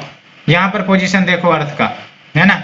ये देख लो सदर्न हेमिस्फीयर जो है अर्थ का वो more towards the sun tilted है ना, जबकि नदर्न हेमिस्फीयर का अर्थ का पोजीशन देखें तो it is away from the sun. तो इसका मतलब क्या होगा कि आपका समर सदर्न हेमिस्फीयर में इस समय समर होगा और नॉर्दर्न हेमिस्फीयर में इस समय विंटर होगा, क्योंकि सनरेज आपका किसकी तरफ ज्यादा आ रही है, तो सदर्न हेमिस्फीयर की तरफ। और दूसरा इंपॉर्टेंट बात ये होगा कि जो आपका पोल है या फिर नियर बाय पोल रीजन है नदर्न हेमिस्फीयर का, वहां पर 24 आवर नाइट होगा, और जो आपका पोल है या फिर नियर बाय पोल है सदर्न हेमिस्फीयर का, वहां पर 24 आवर डे लाइट होगा, है ना। तो ये आपको अच्छे से याद रखना है, ठीक है। और इक्विनॉक्स के तो बारे में हमने बता ही दिया कि डायरेक्टली आपका इक्वेटर पर सनरेज स्ट्राइक करती हैं, और अल्टीमेटली क्या होता है आपका बराबर भाग में जो सनरेज है वो डिस्ट्रीब्यूट होती है to the both northern hemisphere as well as southern hemisphere. तो ये आपने सीजन के बेसिक के बारे में जान लिया होगा, एंड होप ये क्लियर हो गई होगी। यहाँ से क्वेश्चन पूछे जाते हैं तो इसको अच्छे से आपको याद रखना है, ठीक है। अब बात करते हैं कि अभी तो फिलहाल हमारा अर्थ रोटेट करते रहता है, आप बताओ हमें कौन से डायरेक्शन में रोटेट करता है। यस, आपने सही सोचा, वेस्ट टू ईस्ट रोटेट करता है। अब बेसिकली अगर अर्थ रोटेट करना बंद कर दे तो आप ही ऑब्जर्व करो, when the earth stops rotating तो क्या होगा, एक ही फेस जो होगा आपके अर्थ का वो कंटिन्यूअस सनरेज रिसीव करता रहेगा। फॉर एग्जांपल ये आपका सन है और ये अर्थ लेट से रोटेट करना बंद कर दे, ये आपका सन, ये आपका अर्थ है और ये रोटेट करना बंद कर दे, तो अल्टीमेटली ये फेस ही सिर्फ सनरेज रिसीव करेगा। इसके जो पीछे वाला फेज है वो कभी भी सनरेज रिसीव नहीं करेगा, बिकॉज अर्थ तो रोटेट ही नहीं कर रहा है, तो सिर्फ फ्रंट फेस ही आपका सनरेज रिसीव करेगा। तो इस फेस में, इस रीजन में हमेशा गर्मी ही गर्मी रहेगी, टेम्परेचर काफी ज्यादा रहेगा। और इसके कंपैरिजन में जो आपका बैक वाला फेस होगा अर्थ का, दैट इज दिस फेस, ये कंप्लीट डार्कनेस रिसीव करेगा। क्यों? बिकॉज यहाँ पर सनरेज तो पहुंच ही नहीं रही है ना, तो यहाँ कंप्लीट डार्कनेस फेस करेगा। और कंप्लीट डार्कनेस के कारण क्या होगा कि जो आपका इधर वाला रीजन होगा काफी ज्यादा कोल्ड टेम्परेचर होगा, कोल्ड क्लाइमेट होगा, तो एक तरफ आपका हॉट क्लाइमेट, एक तरफ आपका कोल्ड क्लाइमेट। तो ऐसी स्थिति में आपका लाइफ कहीं ना कहीं पॉसिबल नहीं होगा, बिकॉज एक्सट्रीम कंडीशन बन जाएंगी, एक तरफ आपका एक्सट्रीम वार्म, एक तरफ एक्सट्रीम कोल्ड। तो थैंक्स कि अर्थ रोटेट कर रहा है, रिवॉल्व कर रहा है along an inclined axis, जिसके कारण हमको सीजन या सीजनल वेरिएशन भी देखने को मिलते हैं, है ना। तो ये खास बात ये है अर्थ की कि अर्थ इंक्लाइंड है 23.5 डिग्री, जिसके कारण आपको 4 सीजन देखने को मिलते हैं, summer, winter, spring and ottoman. अब बात करते हैं इंपॉर्टेंट टर्म्स की। इंपॉर्टेंट टर्म्स की बात करें तो सबसे पहला है आपका सेलेस्टियल इक्वेटर। तो सेलेस्टियल इक्वेटर आपका बेसिकली इमेजिनरी सर्कल होगा जो ड्रॉ किए जाते हैं around the sky directly above the earth equator. क्या मतलब हुआ, इसको सबसे पहले जानने के लिए आप पिक्चर देखो, ये देखो आप, ये अर्थ है आपका, ठीक है, और अर्थ का इक्वेटर ये है ना। अब इसी इक्वेटर को रेफरेंस मानकर जब हम स्पेस में इक्वेटर या फिर इमेजिनरी सर्कुलर लाइन ड्रॉ कर दिए, इक्वेटर को ही रेफरेंस मानकर हमने एक सेलेस्टियल इक्वेटर ड्रॉ कर दिया इन द स्पेस, तो ये आपका सेलेस्टियल इक्वेटर कहलाएगा। और जाहिर सी बात है सेलेस्टियल इक्वेटर है तो इसका भी अपना नॉर्थ सेलेस्टियल पोल होगा, साउथ सेलेस्टियल पोल होगा। और आप देख सकते हैं ये जो नॉर्थ सेलेस्टियल पोल है या फिर साउथ सेलेस्टियल पोल है, ये भी आपका अर्थ का जो एक्सिस है, अर्थ का जो नॉर्थ पोल साउथ पोल, उससे आपका अलाइन हो जाता है, ठीक है। और एक बात और आप ऑब्जर्व करो कि ये जो आपका सेलेस्टियल इक्वेटर है वो आप परपेंडिकुलर है आपके पोल से, है ना। ये सेलेस्टियल इक्वेटर है, बेसिकली ये आपका सेलेस्टियल इक्वेटर है और ये पोल के परपेंडिकुलर है, यहां से आपका 90 डिग्री बनेगा, ठीक है। तो ये आपने होप अंडरस्टैंड कर लिया होगा, ठीक है। तो यहाँ पर आप देख लो, it is always 90 degree from the pole. तो हमने देखा कि ये आपका अर्थ है और ये आपका सेलेस्टियल इक्वेटर है और ये आपका सेलेस्टियल पोल है, और अल्टीमेटली ये जो एंगल बना रहा है आप देख सकते हो 90 डिग्री का बना रहा है। That's why it is always 90 degree from the pole. And सारे के सारे स्टार जब space of earth, surface of earth से ऑब्जर्व किए जाते हैं, देखे जाते हैं, तो all the star rotate in a path जो पैरेलल होते हैं सेलेस्टियल इक्वेटर के, याद रखना है, all the star rotate in a path that is parallel to the celestial equator. और ये जो सेलेस्टियल इक्वेटर है इंटरसेप्ट करती है होराइजन को at the point which is directly east या फिर वेस्ट, चाहे वो अर्थ के किसी भी जगह पर हो।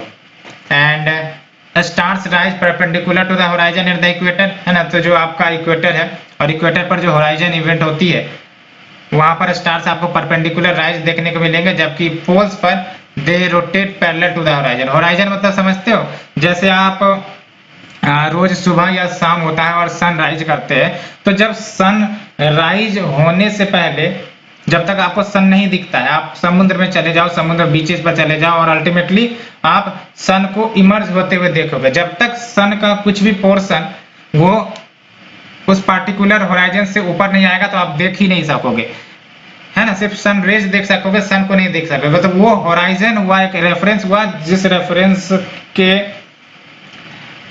माध्यम से हम सन के या फिर स्टार के या फिर किसी प्लेनेट के राइज या फिर उसका सबसाइड वाला इवेंट देखते हैं, है ना। फॉर एग्जाम्पल अगर मैं यहाँ पर खड़ा हूँ तो अल्टीमेटली सन यहाँ पर, लेट्स से कि सन यहाँ पर है, तो मेरा जो होराइजन होगा ये वाला होगा, है ना। यानी कि सन अगर इस होराइजन से ऊपर नहीं आएगा तब तक हम नहीं देख सकेंगे। तो ये हो गया आपका होराइजन, ठीक है। तो star rise perpendicular to horizon at the equator and rotate parallel to the horizon at the poles, ये याद रखना है, ठीक है। अब बात करते हैं sidereal time versus solar time. तो साइड्रल टाइम और सोलर टाइम बेसिकली इसको समझने के लिए रेफरेंस पॉइंट का समझना जरूरी होगा। जब हम साइड्रल टाइम कैलकुलेट करते हैं तो इसका मतलब हम अर्थ को रेफरेंस मानकर नहीं, बल्कि किसी दूसरे पोजीशन को, किसी दूसरे प्लेनेटरी ऑब्जेक्ट को रेफरेंस मानकर अर्थ के रोटेशन के टाइम को मेजर करते हैं। तो वो आपका होता है सैड्रल टाइम, है। तो देख सकते हो जो सैड्रल डे होता है, it measures the time taken by earth to complete one rotation, है ना। एक रोटेशन कंप्लीट करने में जो अर्थ टाइम लेगी उसको हम सैड्रल डे कहेंगे। लेकिन इंपॉर्टेंट बात यह है कि सैड्रल डे मेजर किए जाते हैं not from the earth surface but from other location, चाहे हम स्पेस से अर्थ के रोटेशन को मेजर कर रहे होंगे या फिर मून पर जाके हम अर्थ के रोटेशन के टाइम को मेजर कर रहे होंगे, तब वो जो टाइम ऑफ रोटेशन अर्थ ले रहा होगा उसे हम सैड्रल टाइम कहेंगे या सैड्रल डे कहेंगे। और जब सैड्रल डे या सैड्रल टाइम मेजर किया जाता है तो एक्चुअली ये सोलर डे या सोलर टाइम से कम आती है ना। और देख सकते हो सैड्रल टाइम कितना लगता है, 23 आवर 56 मिनट 4.1 सेकेंड। तो ये याद रखना है। इसका लेना देना बेसिकली एस्ट्रोनॉमर को होता है, बिकॉज इस टाइम की मदद से वो जान पाते हैं कि हमें अपने टेलीस्कोप को किधर पोजीशन करना है without worrying about where earth is in orbit. And solar time की बात करें तो आप देख सकते हो सोलर टाइम जब हम मेजर करते हैं तो अर्थ पर ही हम रह के मेजर करते हैं, अर्थ को ही हम एज ए रेफरेंस मानते हैं और सन के पोजीशन को देखते रहते हैं, है ना। तो क्या होता है आपका solar time, time taken by sun to reappear at the same position in the sky. आप लेट्स से कि अपने छत पर गए और अल्टीमेटली आप आसमान में देख रहे हो, सूर्य को देख रहे हो। अब एक पोजीशन आपने देखा, आज देखा और अल्टीमेटली उस पोजीशन को नोट डाउन कर लिया। कल फिर से आप आए, छत पर गए और अल्टीमेटली फिर से देखा कि आपका अर्थ सन का पोजीशन कब उसी टाइम पर रीअपीयर हो रहा है।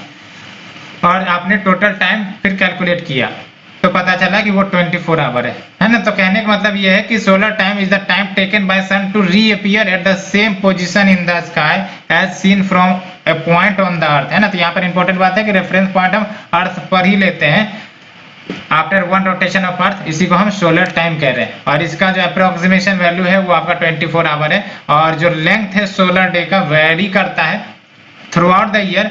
क्यों? बिकॉज आपका जो अर्थ है वो सन के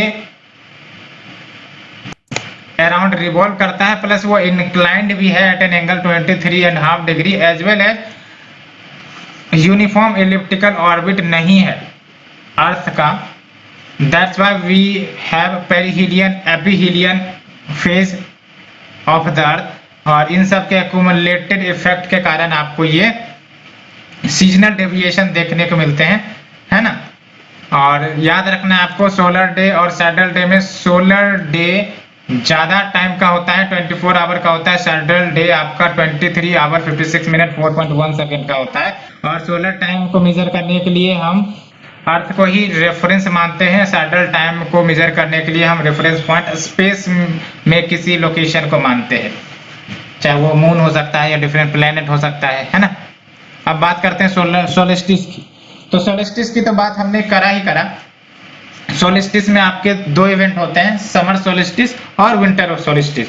और सोलिस्टिस वो दिन होता है जब सन डायरेक्टली ओवरहेड होता है over one of the tropic. And over one of the tropic का क्या मतलब हुआ कि या तो ट्रॉपिक ऑफ कैप्रिकॉर्न पर ये एक समय ओवरहेड होंगी या फिर ट्रॉपिक ऑफ कैंसर पर एक समय ओवरहेड होंगी।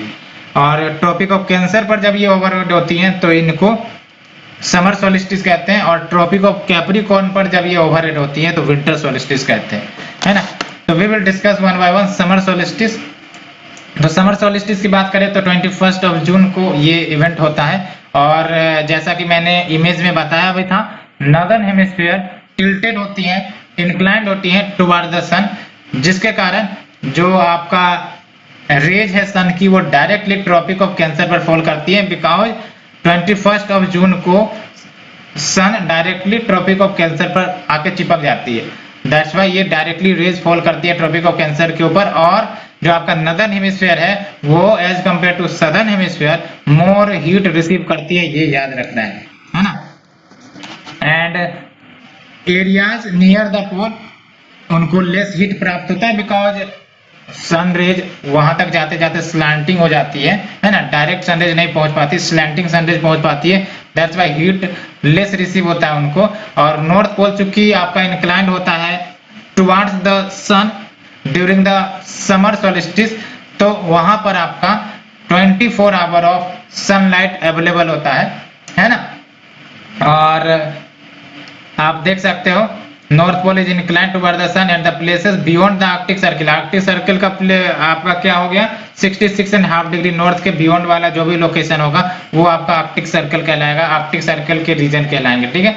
और वहां पर कंटिन्यूअस डे लाइट 6 मंथ तक आपको देखने को मिलता है ना। और large portion of northern hemisphere वो सन से तो लाइट उनको मिल ही रही होती है, दैट्स वाई आपको समर देखने को मिलता है इन the north of the equator. तो आप भी देखते हो 21 जून को कितनी गर्मी होती है, और अल्टीमेटली उसके बाद आपका वही फेज होता है जब ITCZ जोन जो होता है वो आपका नदर्न इंडियन प्लेन्स पर शिफ्ट कर जाते हैं, और उसके कारण आपका लो प्रेशर जनरेट होता है, और लो प्रेशर जनरेट होने के बाद आपका मॉनसून विंड को अट्रैक्ट किया जाता है और रेनफॉल भी होता है ना। तो ये सब इंटरलिंक्ड कॉन्सेप्ट है, इस बेसिक को आप समझ जाओगे तो आप क्लाइमेट को भी अच्छे से समझ जाओगे, ठीक है। और ये पता होना चाहिए कि जो 21 of June that is at the time of summer solstice longest day and shortest night observe किए जाते हैं at this places on 21 June and areas in the north of equator 24 hour sunlight मिलेगा, क्योंकि यहाँ पर कंटिन्यूअसली आपका sun rays slanting raise के माध्यम से प्राप्त होते रहता है। दैट्स वाई कंटिन्यूअस आपको सनलाइट मिलते रहेगा। याद रखना आर्कटिक सर्कल के बियॉन्ड की बात कर रहा है, ऐसा नहीं कि आर्कटिक सर्कल के नीचे, है ना। हम लोग आप लोग जिस रीजन में रह रहे हैं भले ही ये नॉर्थ ऑफ इक्वेटर हो, लेकिन यहाँ पर आपका 24 आवर सनलाइट नहीं होता है। Why?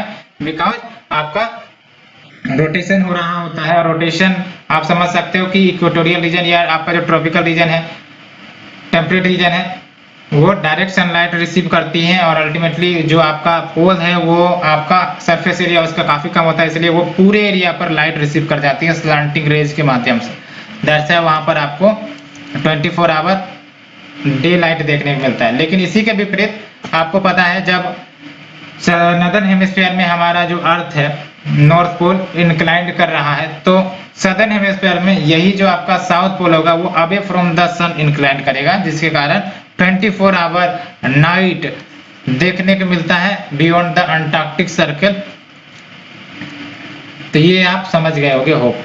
And next is your winter solstice. तो विंटर सोलिस्टिस क्या होगा आपका 22 ऑफ दिसंबर, और विंटर सोलिस्टिस में basically tropic of Capricorn direct rays sun से रिसीव करते हैं। याद रखना tropic of Capricorn not tropic of Cancer, है ना। दैट्स व्हाई इस पीरियड में जो आपका नदर्न हेमिस्फीयर वाला रीजन है वो कूल यानी कि विंटर एक्सपीरियंस करता है, उसी के नाम पर विंटर सोलिस्टिस भी दिया गया है ना। तो विंटर सोलिस्टिस कौन सा date 22 of December, tropic of capricorn receives direct rays of the sun, और large portion of southern hemisphere light get करता है, इसलिए हीट सरप्लस आपका विंटर सोलिस्टिस में किधर रहता है, सदर्न हेमिस्फीयर में, है ना।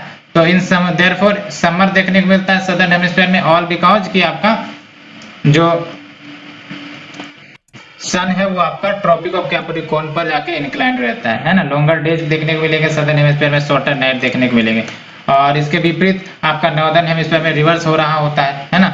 और इसी स्थिति या इसी पोजीशन को हम लोग विंटर सोलिस्टिस कहते हैं। And area south of Antarctic Circle winter solstice के इवेंट के दौरान आपको 24 आवर सनलाइट देखने को मिलेगा, and area north of Arctic Circle 24 hour darkness देखने को मिलेगा, है ना। अब बात करते हैं इक्विनॉक्स की। तो इक्विनॉक्स में क्या होगा, नाम से पता चल रहा है इक्विनॉक्स जब आपका सन डायरेक्टली इक्वेटर पर साइन करता है। हमने इमेज के माध्यम से भी डिस्क्राइब किया था। इक्विनॉक्स आपका दो बार अकर करते हैं, एक तो आपका ऑटमन इक्विनॉक्स और दूसरा स्प्रिंग इक्विनॉक्स। और आपका होता क्या है इसमें कि sun shines directly over the equator. तो जब directly over the equator sun shine करेगा तो जाहिर सी बात है equal length of day, equal length of night, all points on the earth, है ना, अर्थ के जितने भी पॉइंट्स है वहां पर आपको इक्वल डे इक्वल नाइट देखने को मिलेगा। इट इज ऑल बिकॉज आपका सन ही इक्वेटर पर लोकेटेड है, और इक्वेटर आपको पता है अर्थ को दो इक्वल हेमिस्फीयर में बांटती है। Now we have the vernal equinox. Vernal equinox का स्प्रिंग इक्विनॉक्स भी कहते हैं, 21 मार्च को अकर करता है नॉर्दर्न हेमिस्फीयर में।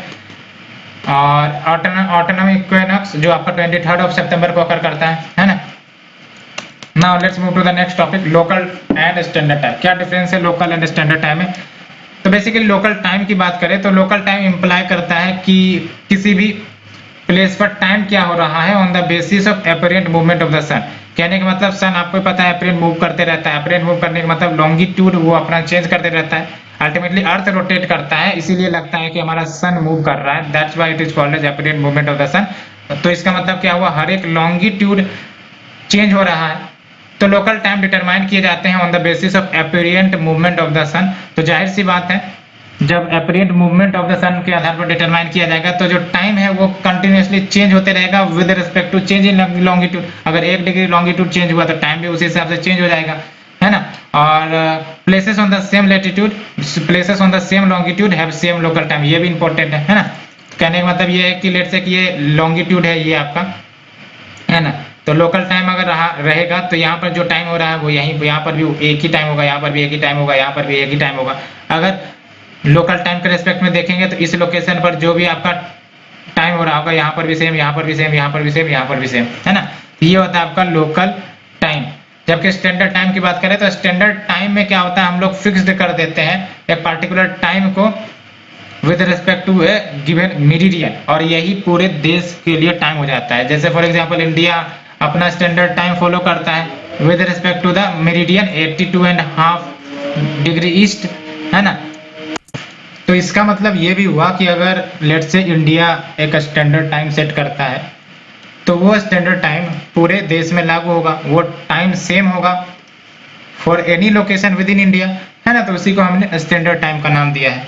And places on the same longitude, उनके डिफरेंट स्टैंडर्ड टाइम हो सकते हैं, ये बात भी है ना। यहाँ पर सेम लॉन्गिट्यूड पर सेम लोकल टाइम हो सकते हैं, यहाँ पर सेम लॉन्गिट्यूड पर डिफरेंट स्टैंडर्ड टाइम हो सकते हैं, है ना। कि कोई देश जो है वो किसी दूसरे प्राइम मेरिडियन को, किसी दूसरे मेरिडियन को अपना स्टैंडर्ड टाइम घोषित कर सकता है, कोई देश दूसरे लॉन्गिट्यूड को स्टैंडर्ड टाइम के रूप में घोषित कर सकता है। इसीलिए हो सकता है कि place on the same longitude have different standard time, है ना।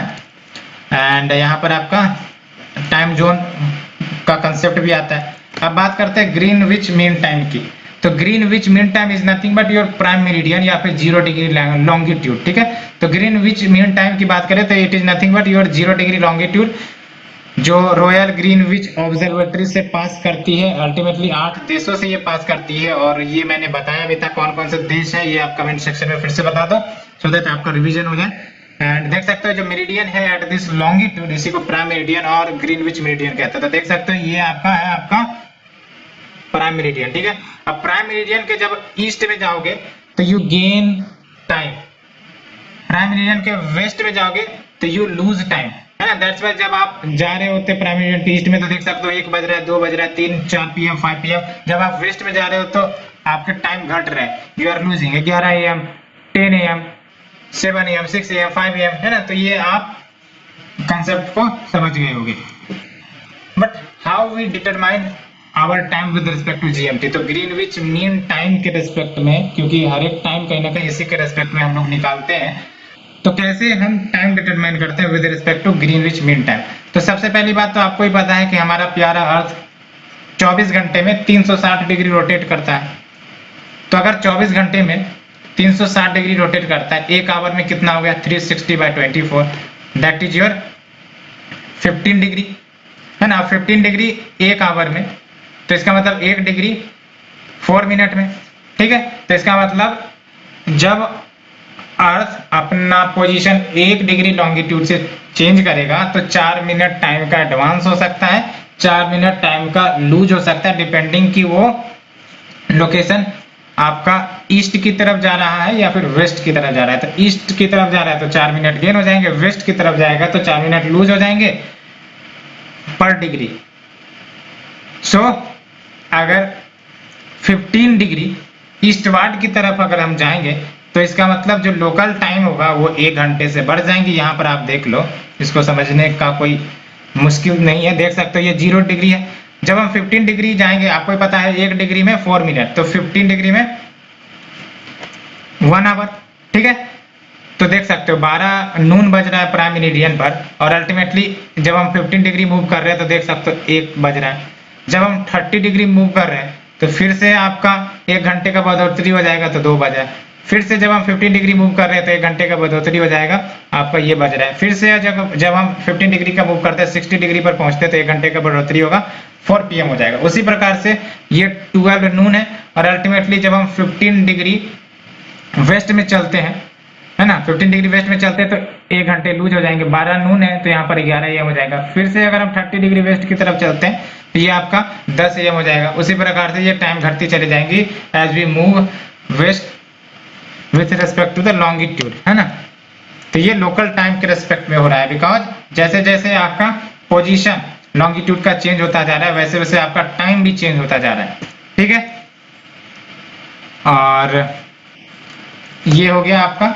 और देख सकते हो आप ईस्ट ऑफ ग्रीनविच की बात करेंगे तो यहाँ पर आपको सन पहले देखने को मिलते हैं। कैसे देखने को मिल रहे हैं? क्योंकि अर्थ रोटेट करता है आपका वेस्ट टू ईस्ट, इसका मतलब सन जो है वो राइज करेगा आपका ईस्ट टू वेस्ट, है ना। तो इसका मतलब जो ईस्ट वाले देश होंगे, ईस्ट वाले लोग होंगे, वो सबसे पहले सन को देखेंगे। यहाँ पर आपका सबसे पहले सनराइज होता हुआ दिखेगा, और अल्टीमेटली अर्थ आपका रोटेट कर रहा होगा तो अल्टीमेटली ये सब देश बाद में सन को देखेंगे। दैट्स वाई दैट जैसे हम ईस्ट से वेस्ट की तरफ जाएंगे तो हम 1 दिन लूज करते हैं, और वेस्ट से ईस्ट की तरफ जाते हैं तो 1 डे हम लोग आगे चले जाते हैं। ये भी हम इंटरनेशनल डेट लाइन में पढ़े थे, फिर से पढ़ेंगे। तो देख सकते हो east of Greenwich sees the sun earlier, and यहाँ पर आपका टाइम गेन होता है, यानी कि when you move to east you gain time, है ना। And west of Greenwich you see the sun later and lose time, जहां पर आपको वेस्ट लूज सब्सट्रैक्ट वाला कंसेप्ट चलता है ना। तो ईस्ट में गेन कर रहे हो, और जितना लॉन्गिट्यूड आप मूव कर रहे हो उस हिसाब से टाइम आप ऐड कर दो, है ना। जबकि वेस्ट ऑफ ग्रीनविच अगर मूव कर रहे हो तो जितना लॉन्गिट्यूड आप वेस्ट में मूव कर रहे हो उस हिसाब से जो टाइम आ रहे हैं उसको सब्सट्रैक्ट कर दो, तो इससे आपका exact time of your location निकल जाएंगे। और अगर हम बात करें इंडिया की लोकेशन की तो आप देख सकते हो ये हमारा प्यारा भारत, है ना। और ये आपका लाइन लेट से ड्रॉ किया मैंने, है ना। तो प्राइम मेरिडियन से इंडिया के अगर टाइम डिफरेंस को देखें तो 5.5 घंटे का है। इसका मतलब इंडिया में अगर 5.5 यानी 5:30 PM हो रहा है तो आपका जो प्राइम मेरिडियन वाला लोकेशन है, that is your location of royal observatory, वहां पर आपका 12 नून बज रहे होंगे, ठीक है। ये अंतर होता है। और देख सकते हो from Greenwich to 180 degree east, तो ग्रीनविच से हम डायरेक्ट अगर 180 डिग्री ईस्ट की तरफ जाते हैं तो जाहिर सी बात है 12 घंटे का गेन हो जाएगा। और ग्रीनविच से अगर हम 180 डिग्री वेस्ट की तरफ जाते हैं तो 12 आवर का माइनस हो जाएगा, because when we move west we lose day and when we move east we gains day, है ना। We advances when we move east. And फिर यहाँ आप देख लो thus a difference of 24 hour between two sides of 180 degree meridian. कहने का मतलब ये है कि ये जो आपका इंटरनेशनल डेट लाइन है ना, यहाँ पर आप देख लो इंटरनेशनल डेट लाइन, वैसे तो ये जिग-जैग होता है। और यहाँ पर अगर आप साइबेरिया में हो, साइबेरिया किधर है? ईस्टर्न हेमिस्फीयर में, है ना। तो यहाँ पर लेट से कि 12 बज रहा है, 12 छोड़ो 5 PM हो रहा है ना, 5 PM फ्राइडे। तो अल्टीमेटली जब आप ईस्ट से इंटरनेशनल डेट लाइन को क्रॉस करोगे और वेस्ट की तरफ जाओगे, लेट से कि अलास्का की तरफ जा रहे हो, ये आपका अलास्का है, तो अल्टीमेटली यहाँ पर कितना बज रहा होगा? 12 आवर का लेस टाइम बज रहा होगा। यानी कि अगर यहाँ पर 5 PM फ्राइडे है तो यहाँ पर आपका 5 PM थर्सडे होगा। यहाँ पर अगर 9 AM फ्राइडे है तो यहाँ पर 9 AM थर्सडे होगा, है ना। यहाँ पर माइनस होगा when we move from east to west via international date line. उसी प्रकार से अगर हम अलास्का में हैं और अलास्का में 9 PM थर्सडे हो रहा है और इंटरनेशनल डेडलाइन को क्लोज करके हम साइबेरिया में पहुंच जाते हैं, तो यहाँ पर आपका 9 PM फ्राइडे हो जाएगा, 24 आवर का गेन हो जाएगा। ये सिंपल सा कंसेप्ट है इंटरनेशनल डेडलाइन का, ठीक है। और इंटरनेशनल डेडलाइन आपको पैसिफिक ओशियन से पास करती है, and while crossing IDL east to west तो we lose a day, and west to east जब क्रॉस करते हैं तो वी गेन ए डे। ये मैंने अच्छे से आपको समझा दिया। Now we move to the next and very important concept, that is your eclipse. Eclipse यानी कि ग्रहण। ग्रहण यानी कि जो आपका सन है, अर्थ है और जो आपका मून है ना, इसका कभी कभी ऐसा पोजीशन अलाइन हो जाता है कि सन जो अपनी रेज इमिट कर रही होती है वो रेज को ब्लॉक कर दिया जाता है अर्थ के द्वारा या फिर मून के द्वारा, और अल्टीमेटली उसके कारण जो शैडो बनती है, जिसके कारण जो दूसरा ऑब्जेक्ट है, लेट से मून या फिर अर्थ, वो उस शैडो में इंटर कर जाता है और अल्टीमेटली वी सी इलिप्स की। ऐसा मानो कि जो चीज दिख रही थी वो दिखनी बंद हो गई। सोलर इक्लिप्स मतलब जो सूर्य आप दिन में देख रहे हो तो वो दिखना ही बंद हो गया, बिकॉज शैडो आ गया, बीच में कोई ऑब्जेक्ट आ गया जिसके कारण सनराइज दिख ही नहीं रहे, अल्टीमेटली शैडो दिख रहा है। तो ये होता है आपका इक्लिप्स, ठीक है।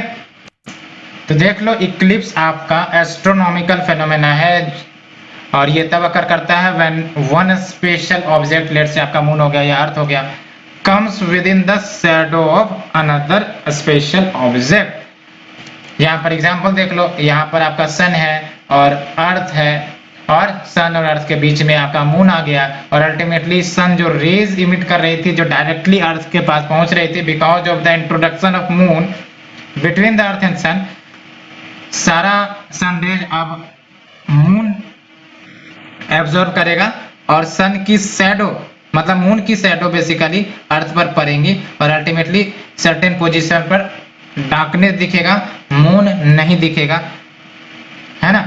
तो ये हो गया आपका, मतलब मून नहीं कहने का मतलब ये सन नहीं दिखेगा, सन के रेज नहीं दिखेंगे तो शैडो देखने को मिलेगा, अल्टीमेटली इसको हम सोलर इलिप्स कहेंगे, है ना। तो सोलर इलिप्स का इवेंट तब होता है जब आपका सन और अर्थ के बीच में आपका मून आ जाता है और सन रेज को ब्लॉक कर दिया जाता है, जो अर्थ पर पहुंचने वाले होते हैं वो नहीं पहुंच पा रहे होते हैं।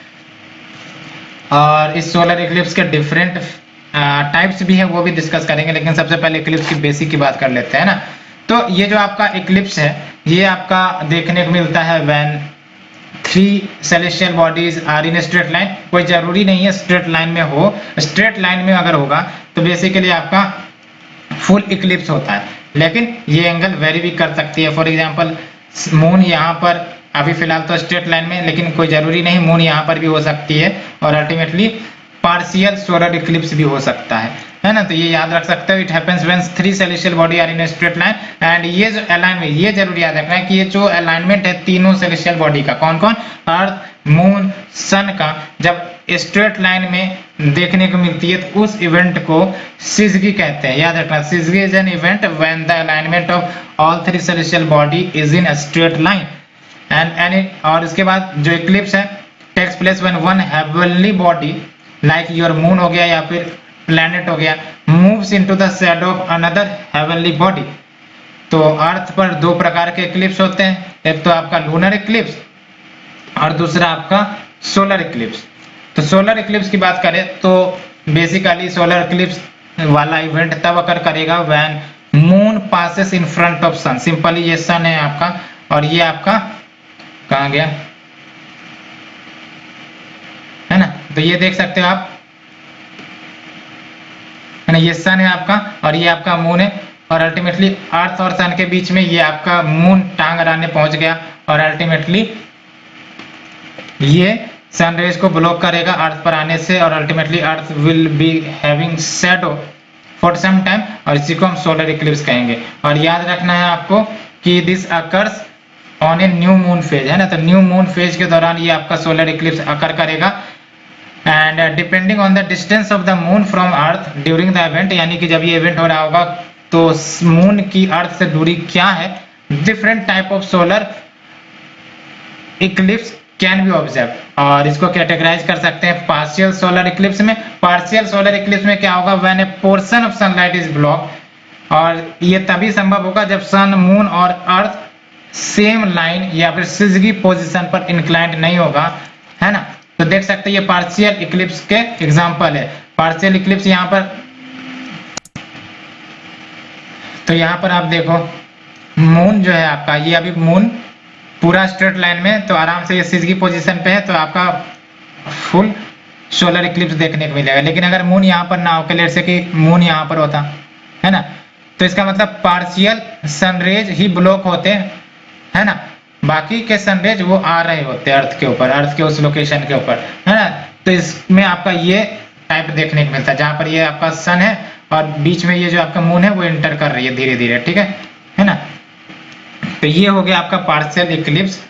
एंड एनुलर इक्लिप्स में क्या होगा आपका कि sun can be seen around the edges like a bright ring, अंगूठी की तरह देखने को मिलेगा, है ना। फॉर एग्जांपल ये आपका इधर जो पीछे देख रहे हो ये आपका सन है और सन को ढक लिया गया है मून के द्वारा, लेकिन एक आपको रिंग टाइप का देखने को मिल रहा होगा, है ना, ब्राइट रिंग की तरह, कि ऐसा मानो कि अंगूठी की तरह हो और अल्टीमेटली ये लाइट कर रहे हैं साइड वाइज से। और ये तब होता है जब मून फारदेस्ट होता है अर्थ से, ठीक है, दैट्स में आपको रिंग की तरफ दिखते हैं। एंड टोटल लूनर इक्लिप्स की बात, टोटल सोलर इक्लिप्स की बात करें तो sun is completely blocked by the moon, और ये तभी संभव होगा सन मून एंड अर्थ जब डायरेक्ट लाइन स्ट्रेट लाइन में मौजूद हो, that is at the position of syzygy. तो ये हमने डिस्कस कर लिया सोलर इक्लिप्स के बारे में। लेट्स मूव, और ये आप एग्जांपल देख लो, टोटल इक्लिप्स का जो है आपका, है ना, पूरा कंप्लीटली ब्लॉक कर दिया गया है सन को, सन का रिंग भी नहीं दिख रहा है इससे। अब बात करते हैं जो शैडो जनरेट होती है, यानी कि ये जो आप शैडो यहाँ पर देख रहे थे, यहाँ पर आप जो शैडो देख रहे थे अल्टीमेटली ये देख लो, ये जो शैडो ये देख रहे हो आप, ये वाली जो शैडो देख रहे हो इसके टाइप है, उस टाइप को स्टडी करते हैं, ठीक है। तो during a solar eclipse moon cast 2 shadows on earth. पहला है आपका अम्बरा, तो अम्बरा वाली जो शैडो अभी जो हमने दिखाया वो डार्क कलर वाली शैडो वो अम्बरा ही है ना, और जैसे जैसे वो अर्थ की तरफ पहुंच रही होती है वो छोटे होने लगती है। ऐसे मैंने आपको देखा है ना, जैसे जैसे वो अर्थ की तरफ पहुंच रही होती है वो छोटी होने लगती है, डायमेंशन उनका छोटा होने लगता है। और इम्पोर्टेंट बात ये है कि ये जो आपका सोलर इक्लिप्स का जो शैडो जोन बनता है वो आपका डार्क सेंटर होता है मून के शैडो का, ये डार्केस्ट शैडो जोन होती है। और अगर कोई पीपल या फिर ऑब्जेक्ट इस अम्बरा वाले लोकेशन में होता है तो मान के चलो total Eclipse, total solar Eclipse देखने को मिलेगा। पेनम्बरा की बात करें तो ये आपका लार्जर होने लगता है as it reaches the earth, and people standing in penumbra will see a partial eclipse. और इसको समझने के लिए आप एक और इमेज आप देखो, यहाँ देखो आप, है ना, ये सन है आपका और ये अर्थ है, और देख लो बीच में मून है, ठीक है, सिज की पोजीशन पर है। और अल्टीमेटली देख लो ये सन का डायरेक्ट रेज ब्लॉक किया जाएगा मून के द्वारा, अल्टीमेटली डार्केस्ट शैडो इस सर्टेन लोकेशन पर जनरेट हो रहा है। तो ये आपका हो गया टोटल अम्बरा वाला लोकेशन। और पेनम्बरा वाला लोकेशन देख लो कौन सा है, जैसे जैसे अर्थ की तरफ आ रहे हैं ये आपका एरिया बढ़ रहा है पेनम्बरा वाला, ठीक है। और यहाँ पर पार्शियल सोलर इक्लिप्स होगा, है ना, यानी कि कंप्लीट डार्कनेस नहीं देखे गए, सन के कुछ रेज इनडायरेक्टली उन लोकेशन पर इधर वाले लोकेशन पर आ रहे होंगे, लेकिन यहाँ पर आपका एक भी सन रेज नहीं रिसीव किया जा रहा होगा। तो होप आपने पेनम्बरा और अम्बरा वाले कंसेप्ट को समझ लिया होगा। एंड बात करें नेक्स्ट, दैट इज आत्म एंटम्बरा। तो ये आपका लाइटर एरिया होता है शैडो का that appears beyond the umbra and at a certain distance from the object casting the shadow. अब बात करते हैं लूनर इक्लिप्स की। तो लूनर इक्लिप्स में आप देख लो सन और मून दोनों मध्य में है और दोनों ने मिलकर अर्थ को घेर लिया, है ना। जब सन और मून ने मिलकर अर्थ को घेर लिया तो वो हो गया आपका लूनर इक्लिप्स। और lunar eclipse when the moon passes through earth shadow, वही बात है ना, when the moon passes through earth shadow. Earth का शैडो क्या है आपका, यहाँ पर आप देख लो अर्थ आ गया है सन और मून के बीच में, तो सन रेज जो इमिट हो रही थी डायरेक्टली मून के ऊपर, अब अल्टीमेटली वो डायरेक्टली इमिट नहीं हो रही होगी, वो अर्थ के शैडो जोन में आ गई है, अर्थ के शैडो जोन में आ गई, यानी कि जो मून है वो कोई लाइट रिसीव नहीं कर रहा होगा सन के द्वारा।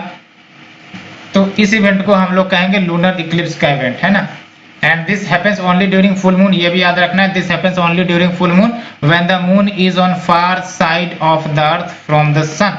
And depending on how the sun, moon and the earth line up, lunar eclipse को भी कैटेगराइज कर सकते हैं पार्शियल लूनर इक्लिप्स या फिर टोटल लूनर इक्लिप्स। और पार्शियल लूनर इक्लिप्स का मतलब क्या हुआ कि only a part of moon moves into the shadow of earth. For example यहाँ पर आप अच्छे से समझ जाओगे, ये आपका अभी मून है, ठीक है, ठीक है, ये सन ने रेज किया, अर्थ आपका ब्लॉक कर रहा है रेज को, ठीक है, ये आपका है। लेकिन अगर मून यहाँ ना होके मून यहाँ होता तो कहीं ना कहीं सर्टेन शैडो ही बन पाते, बाकी के रेज तो मून पर डायरेक्टली रिसीव हो पाते ना। तो इसका मतलब पार्शियल लूनर इक्लिप्स होता when only a part of moon moves into the shadow of the earth and it happens only when a part of moon enter the earth shadow. Total में क्या होगा, when the earth passes directly in front of the moon and cast its shadow on the full moon. And यहाँ पर moon और sun ये exact opposite side of the earth होते हैं, देख सकते हो ना, moon and sun exactly opposite side of the earth, ये सब याद रखना पॉइंट है, ठीक है। सो हमने कंप्लीट चैप्टर 1 कर लिया है।